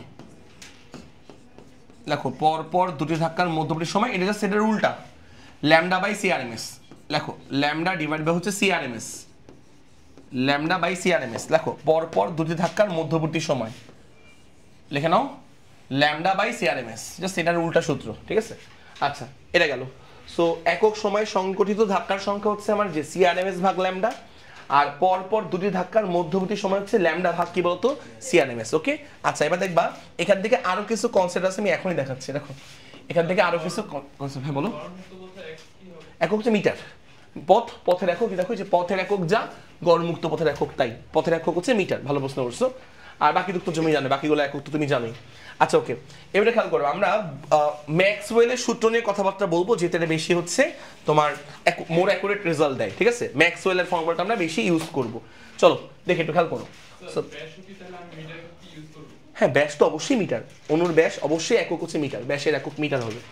আচ্ছা ওকে, দেখো যেটা আমি বলতেছিলাম সেটা হচ্ছে যে, আচ্ছা বলতে পারবা এন প্রাইম মানে কি, আবার বলতো এন প্রাইম মানে কি, একক আয়তনে কি বলতো, অণুর সংখ্যা, বুঝছো? ধরো আমার একটা গ্যাসের পাত্র আছে যার আয়তন হচ্ছে ভি, এবং এই ভি আয়তনের মধ্যে টোটাল অণু আছে ক্যাপিটাল এন সংখ্যক। কি বলছে বলো? ভি আয়তনের মধ্যে অণু আছে কি বলতো? ক্যাপিটাল এন সংখ্যক। তাহলে খেয়াল করো, মনে মনে ক্যালকুলেশন, ভি আয়তনের মধ্যে অণুর সংখ্যা ক্যাপিটাল এন সংখ্যক, তাহলে বলতো একক আয়তনের মধ্যে অণুর সংখ্যা কত হবে বলতো? Capital N by V. বুঝতে পারছো? তাহলে একক আয়তনের অণুর সংখ্যা কি বলতো? Capital N by V. দেখো তাহলে এন প্রাইম, এন প্রাইম মানে হচ্ছে একক আয়তন অণুর সংখ্যা, এটা হচ্ছে আমার টোটাল অণুর সংখ্যা, টোটাল অণুর সংখ্যা ডিভাইড বাই টোটাল আয়তন, লিখে নাও।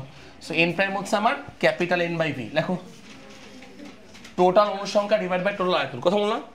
সো যেখানে আমার এন মানে হচ্ছে মোট অণুর সংখ্যা, এন মানে হচ্ছে মোট অণুর সংখ্যা, যেখানে বড় হাতের এন মানে হচ্ছে মোট অণুর সংখ্যা, খেয়াল করবা। সো মোট অণুর সংখ্যা, সো মোট অণুর সংখ্যাকে আমরা মোট আয়তন দিয়ে ভাগ দিব, মোট অণুর সংখ্যাকে আমরা মোট আয়তন দিয়ে ভাগ দিব। আমরা যদি মোট অণুর সংখ্যাকে মোট আয়তন দ্বারা ভাগ দিই, এক্সাম মোট অণুর সংখ্যাকে মোট আয়তন দিয়ে ভাগ দিই, তাহলে পাবো কি বলতো? একক আয়তনে অণুর সংখ্যা। আর একক আয়তনে অণুর সংখ্যা মানে কি? N prime. দেখছো, এন প্রাইম মানে হচ্ছে একক আয়তনে অণুর সংখ্যা। ঠিক আছে, মোট অণুর সংখ্যাকে মোট আয়তন দিয়ে ভাগ দেবো। কোনো ঝামেলা আছে? দেখো তো না। এবার এখান থেকে একটুখানি আগাই, দেখো মনোযোগ দিয়ে শুনবা। সেটা হচ্ছে যে আমরা যদি হচ্ছে নতুন নতুন বেঁচে যাই, হ্যাঁ দেখছো না? আচ্ছা দেখো, সো গড় মুক্ত পথ ল্যামডা, ল্যামডা ম্যাক্সওয়েলেরটাই বেশি ইউজ করবো আমরা। Lambda is equal to 1 divide by কি ছিল বলতো? √2 এন প্রাইম মানে হচ্ছে একক আয়তনে, একক আয়তনে অণুর সংখ্যা। এন প্রাইম পাই, পাই পাই তো বুঝো 3.1416, সিগমা এর কি বলতো? সিগমা হচ্ছে এ স্কোয়ার। ঠিক আছে, আচ্ছা ওকে। এবারে দেখো, এটা তো আমরা দেখছি, এবার একটু মন দিয়ে শুনবা। সেটা ছেড়ে তো গেল তোমার ল্যামডা এম। আমরা আবার জানি পিভি সমান সমান আদর্শ গ্যাসের সূত্র কি? পিভি সমান সমান কি বলতো? এনআরটি। দেখো আদর্শ গ্যাসের ল হচ্ছে, খেয়াল করবা, পি আয়তন, পিভি সমান সমান মোল সংখ্যা ক্যাপিটাল আর ইনটু, খেয়াল করো, ক্যাপিটাল টি। পিভি সমান সমান এনআরটি। ঠিক আছে, আচ্ছা ওকে। দেখো মনোযোগ দাও, সেটা হচ্ছে পিভি সমান সমান এনআরটি। ঠিক আছে, পি থাকলো, ভি থাকলো, এন মানে মোল সংখ্যা, এন মোল সংখ্যা, মোল সংখ্যা মানে হচ্ছে অণুর সংখ্যা বাই নাম্বার অফ অ্যাভোগাড্রো সংখ্যা। দেখো অণুর সংখ্যা, টোটাল অণুর সংখ্যা বাই হচ্ছে আমার কি বলতো? নাম্বার অফ অ্যাভোগাড্রো সংখ্যা, সাথে আমার ক্যাপিটাল আর, সাথে আমার কি? Capital T. সমস্যা আছে? দেখো তো না। এবার কি করবা? ভিটাকে নিচে নামাই দাও, এন এটাকে বামে নিয়ে আসো। সো পি হচ্ছে N A, P N A is equal to, খেয়াল করো, দেখো এন বাই এই ভিটাকে নিচে নামাই দাও, এন বাই ভি, সাথে আমার ক্যাপিটাল আর, সাথে আমার ক্যাপিটাল টি। একটু কেউ কি বলতে পারবা যে এইটুকু মানে আসলে কি? অণুর সংখ্যা বাই টোটাল আয়তন। কি বলো? হ্যাঁ বলো। এন প্রাইম মানে কি? একক আয়তনে অণুর সংখ্যা।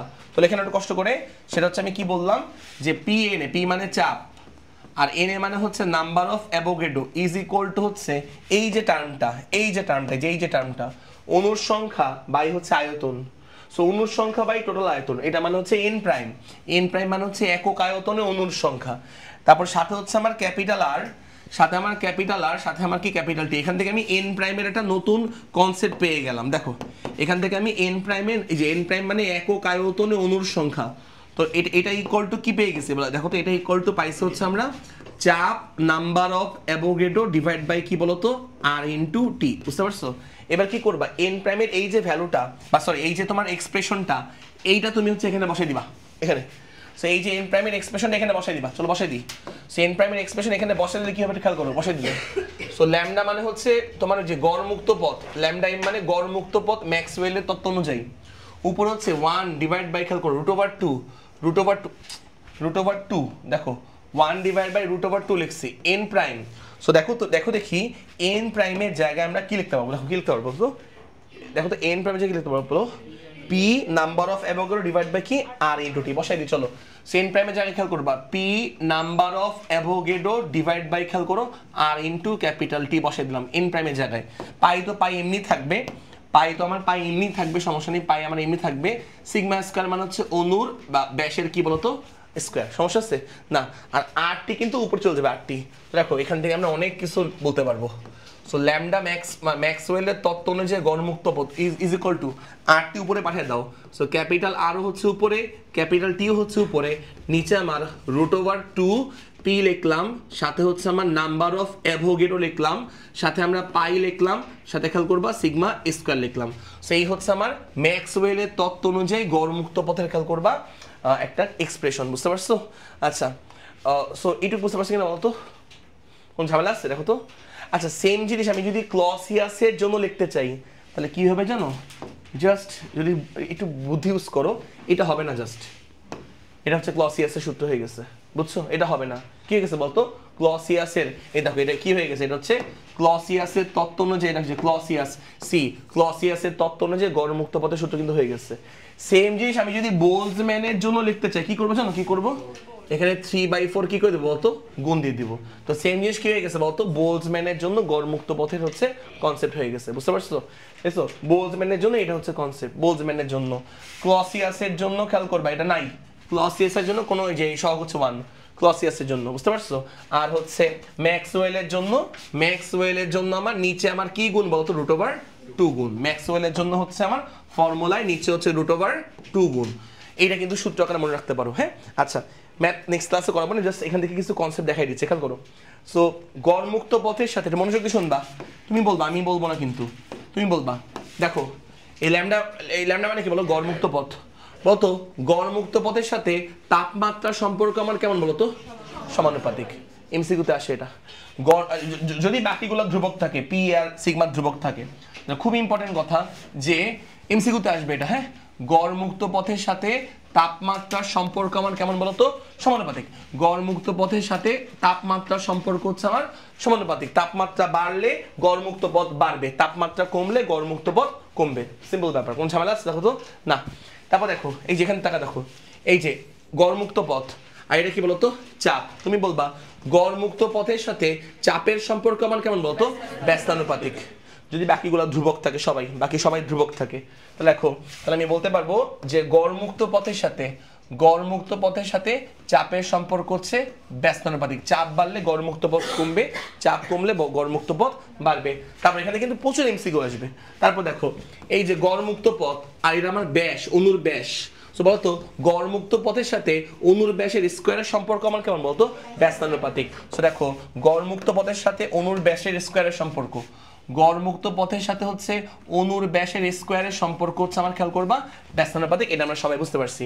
আচ্ছা এবার আরেকটা মানে জাস্ট সরি এবার আরেকটা একটু আটক চিন্তাশীল জিনিস দেখাই, সেটা হচ্ছে যে মানে চিন্তা করার মতন, সেটা হচ্ছে যে তোমার দেখো যদি কখনো এমন বলে যে ধরো তুমি একটা গ্যাসের তাপমাত্রা বাড়াইছো, ঠিক আছে, তুমি একটা গ্যাসের হচ্ছে তাপমাত্রা বৃদ্ধি করছো, মনে করো তাপমাত্রা বৃদ্ধি, তাহলে তার একক সময়ে সংগঠিত ধাক্কার সংখ্যা কেমন, মানে বাড়বে না কমবে? দেখো চিন্তা করে দেখো, আমি তোমাকে বললাম তাপমাত্রা বাড়াইছি, তাপমাত্রা বাড়লে কি ল্যামডা কি বলতো বাড়বে, সবাই একমত? মাথায় রাখো ল্যামডা বাড়ছে, তাহলে বলতো ল্যামডা যদি বাড়ে তাহলে বলতো একক সময়ে সংগঠিত ধাক্কার সংখ্যা কি হবে বলতো, কমবে, কারণ ব্যস্তানুপাতিক সম্পর্ক। ব্যাপারটা বুঝতে পারছো কাহিনীটা?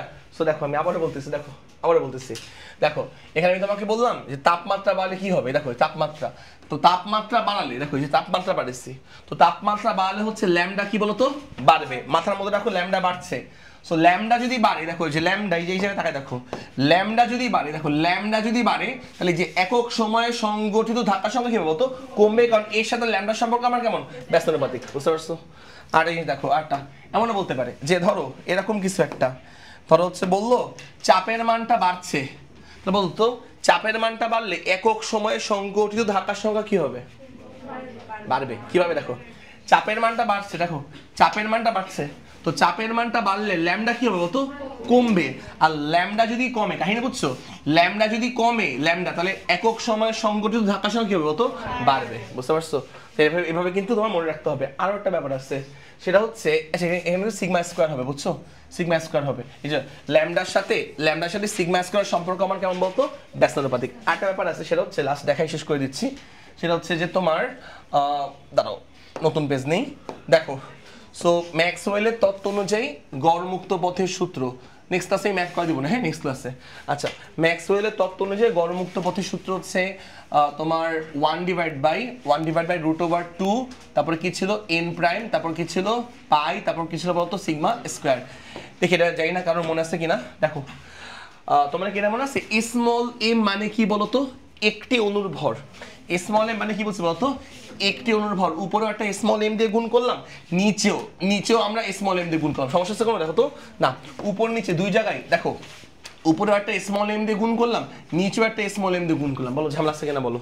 না, স্মল এম মানে কি বলছি, একটা অণুর ভর, জাস্ট সিঙ্গেল একটা ছোট্ট অণুর ভর হচ্ছে আমার স্মল এম। জাস্ট মনে করো পুরা গ্যাস পাত্রের মধ্যে একটা সিঙ্গেল ছোট্ট একটা অণু আছে, একটা অণু, ওই এক পিস অণুর ভর কত আমার স্মল এম, একটা অণুর ভর। আচ্ছা ওকে, এবার একটু খেয়াল করবো, মনোযোগ দিয়ে শোনো, মনোযোগ দিয়ে।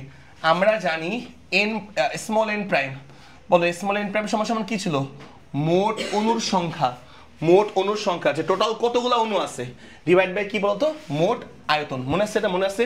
আচ্ছা, মোট অণুর সংখ্যা ডিভাইড বাই কি, মোট আয়তন, এটাই হচ্ছে আমার এন প্রাইম। এন প্রাইম মানে কি বলতো, একক আয়তনে অণুর সংখ্যা। এটার একক হচ্ছে মিটার টু দি পাওয়ার -3, এর একক হচ্ছে খেয়াল করবা মিটার টু দি পাওয়ার -3, বুঝছো? মনে রাখবা যে এন প্রাইম, নেক্সট ক্লাসে ম্যাথ করাবো। সো এন প্রাইম সমান সমান অণুর সংখ্যা ভাগ হচ্ছে টোটাল আয়তন, অণুর সংখ্যা ভাগ হচ্ছে আমার টোটাল আয়তন, ঠিক আছে? আচ্ছা ওকে, এবারে খেয়াল করবা, এবার আমি একটা কাজ করবো, সেটা হচ্ছে যে সামনে আমি স্মল এম দিয়ে গুণ করলাম সামনে, আবার এখানে আমরা স্মল এম দিয়ে গুণ করলাম, কারণ আপত্তি আছে? দেখো তো, না জিনিসটা কি, কাটাকাটি করো, কাটাকাটি করলে আগের লাইন থাকবে কাটাকাটি করলে। এবার তোমার কাছে যেটা আমি জানতে চাচ্ছি সেটা হচ্ছে, বলো তো এটা মানে কি, কি বলতে পারবা কি একজন? এক্স্যাক্টলি, এটা মানে আসলে ডাব্লু। কিভাবে দেখো, স্মল এম মানে হচ্ছে আমার একটা অণুর ভর, আর এন মানে হচ্ছে টোটাল অণুর সংখ্যা। তাহলে দেখো, একটা অণুর ভরের সাথে আমি সবগুলো অণুর সংখ্যাকে গুণ দিচ্ছি, তাহলে এটাকে আমার পুরা গ্যাসের ভর বোঝাচ্ছে না? পুরা গ্যাসের ভর বোঝাচ্ছে। তাহলে এটা হচ্ছে আমার সম্পূর্ণ গ্যাসের ভর বোঝাচ্ছে, সেটা কিন্তু আমার সম্পূর্ণ, খেয়াল করো, সম্পূর্ণ গ্যাসের ভর বোঝাচ্ছে, সম্পূর্ণ গ্যাসের ভর। তো এটা কিন্তু বেসিক্যালি হচ্ছে, খেয়াল করবা, সম্পূর্ণ গ্যাসের ভর বোঝাচ্ছে, ঠিক আছে? সম্পূর্ণ গ্যাসের ভর, ঠিক আছে? বেসিক্যালি কিন্তু সম্পূর্ণ গ্যাসের ভর। কিভাবে? স্মল এম মানে জাস্ট একটা অণুর ভর, সিঙ্গেল একটা অণুর ভর। মনে করো ফর এক্সাম্পল তোমার কাছে হচ্ছে 200টা অণু আছে, এর মধ্যে একটা অণুর ভর তুমি জানো, একটা অণুর ভর স্মল এম। তো স্মল এম এর সাথে 200 দিয়ে গুণ দিলে কি পাবা, টোটাল সবগুলো মানে পুরো গ্যাসের ভর তুমি পাবা। হ্যাঁ, মনে রাখবা, একটা অণুর ভরের সাথে, স্মল এম মানে জাস্ট একটা এক পিস অণুর ভর, এক পিস অণুর ভরের সাথে, এক পিস অণুর ভরের সাথে টোটাল নাম্বার অফ অণুর সংখ্যা গুণ দিলে পাবা হচ্ছে পুরা গ্যাসের ভর। দেখো পেলাম।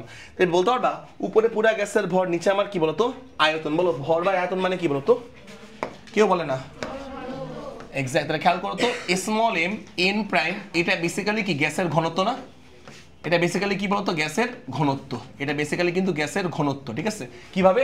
উপরে হচ্ছে ভর, টোটাল গ্যাসের ভর ডিভাইড বাই টোটাল কি বলতো আয়তন। টোটাল গ্যাসের ভর ভাগ টোটাল আয়তন মানে কি গ্যাসের ঘনত্বকে রো দিয়ে প্রকাশ করে। তাহলে খেয়াল করো, small M N prime is equal to, খেয়াল করবে, ইজ ইকুয়াল টু হচ্ছে আমাদের রো। তাহলে খেয়াল করো, মনোযোগ দাও, এই জায়গার মধ্যে দেখো এইটুকু পার্ট মানে কি বলতো, বলে না কেউ? এইটুকু পার্ট মানে কি বলতো? তাহলে খেয়াল করো তো, ল্যামডা ম্যাক্সওয়েল সমান সমান কি, উপরে তো আমার স্মল এম, আর নিচে আমরা খেয়াল করবা √2, আর এইটুকু পার্ট, এই যে এইটুকু পার্ট মানে হচ্ছে রো, আর সাথে আমার খেয়াল করবা সাথে হচ্ছে আমার পাই ইন্টু, খেয়াল করো, সিগমা স্কোয়ার। যেটা আমি বলার জন্য এত কষ্ট করলাম সেটা হচ্ছে, বলতো গড় মুক্ত পথের সাথে ঘনত্বের সম্পর্ক আমার কেমন বলতো, ব্যস্তানুপাতিক।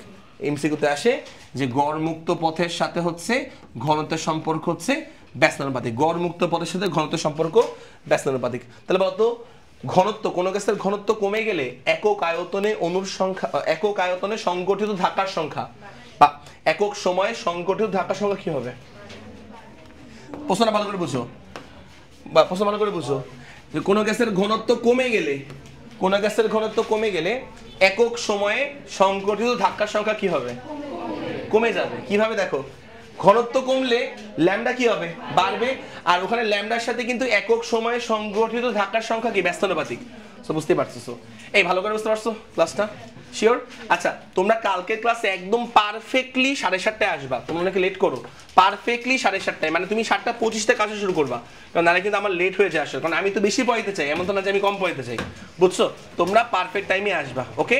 আচ্ছা, আর খাতাটা আমি আজকে দিলাম না, টাইম অনেক হয়ে গেছে, খাতা কালকে দিয়ে দিব।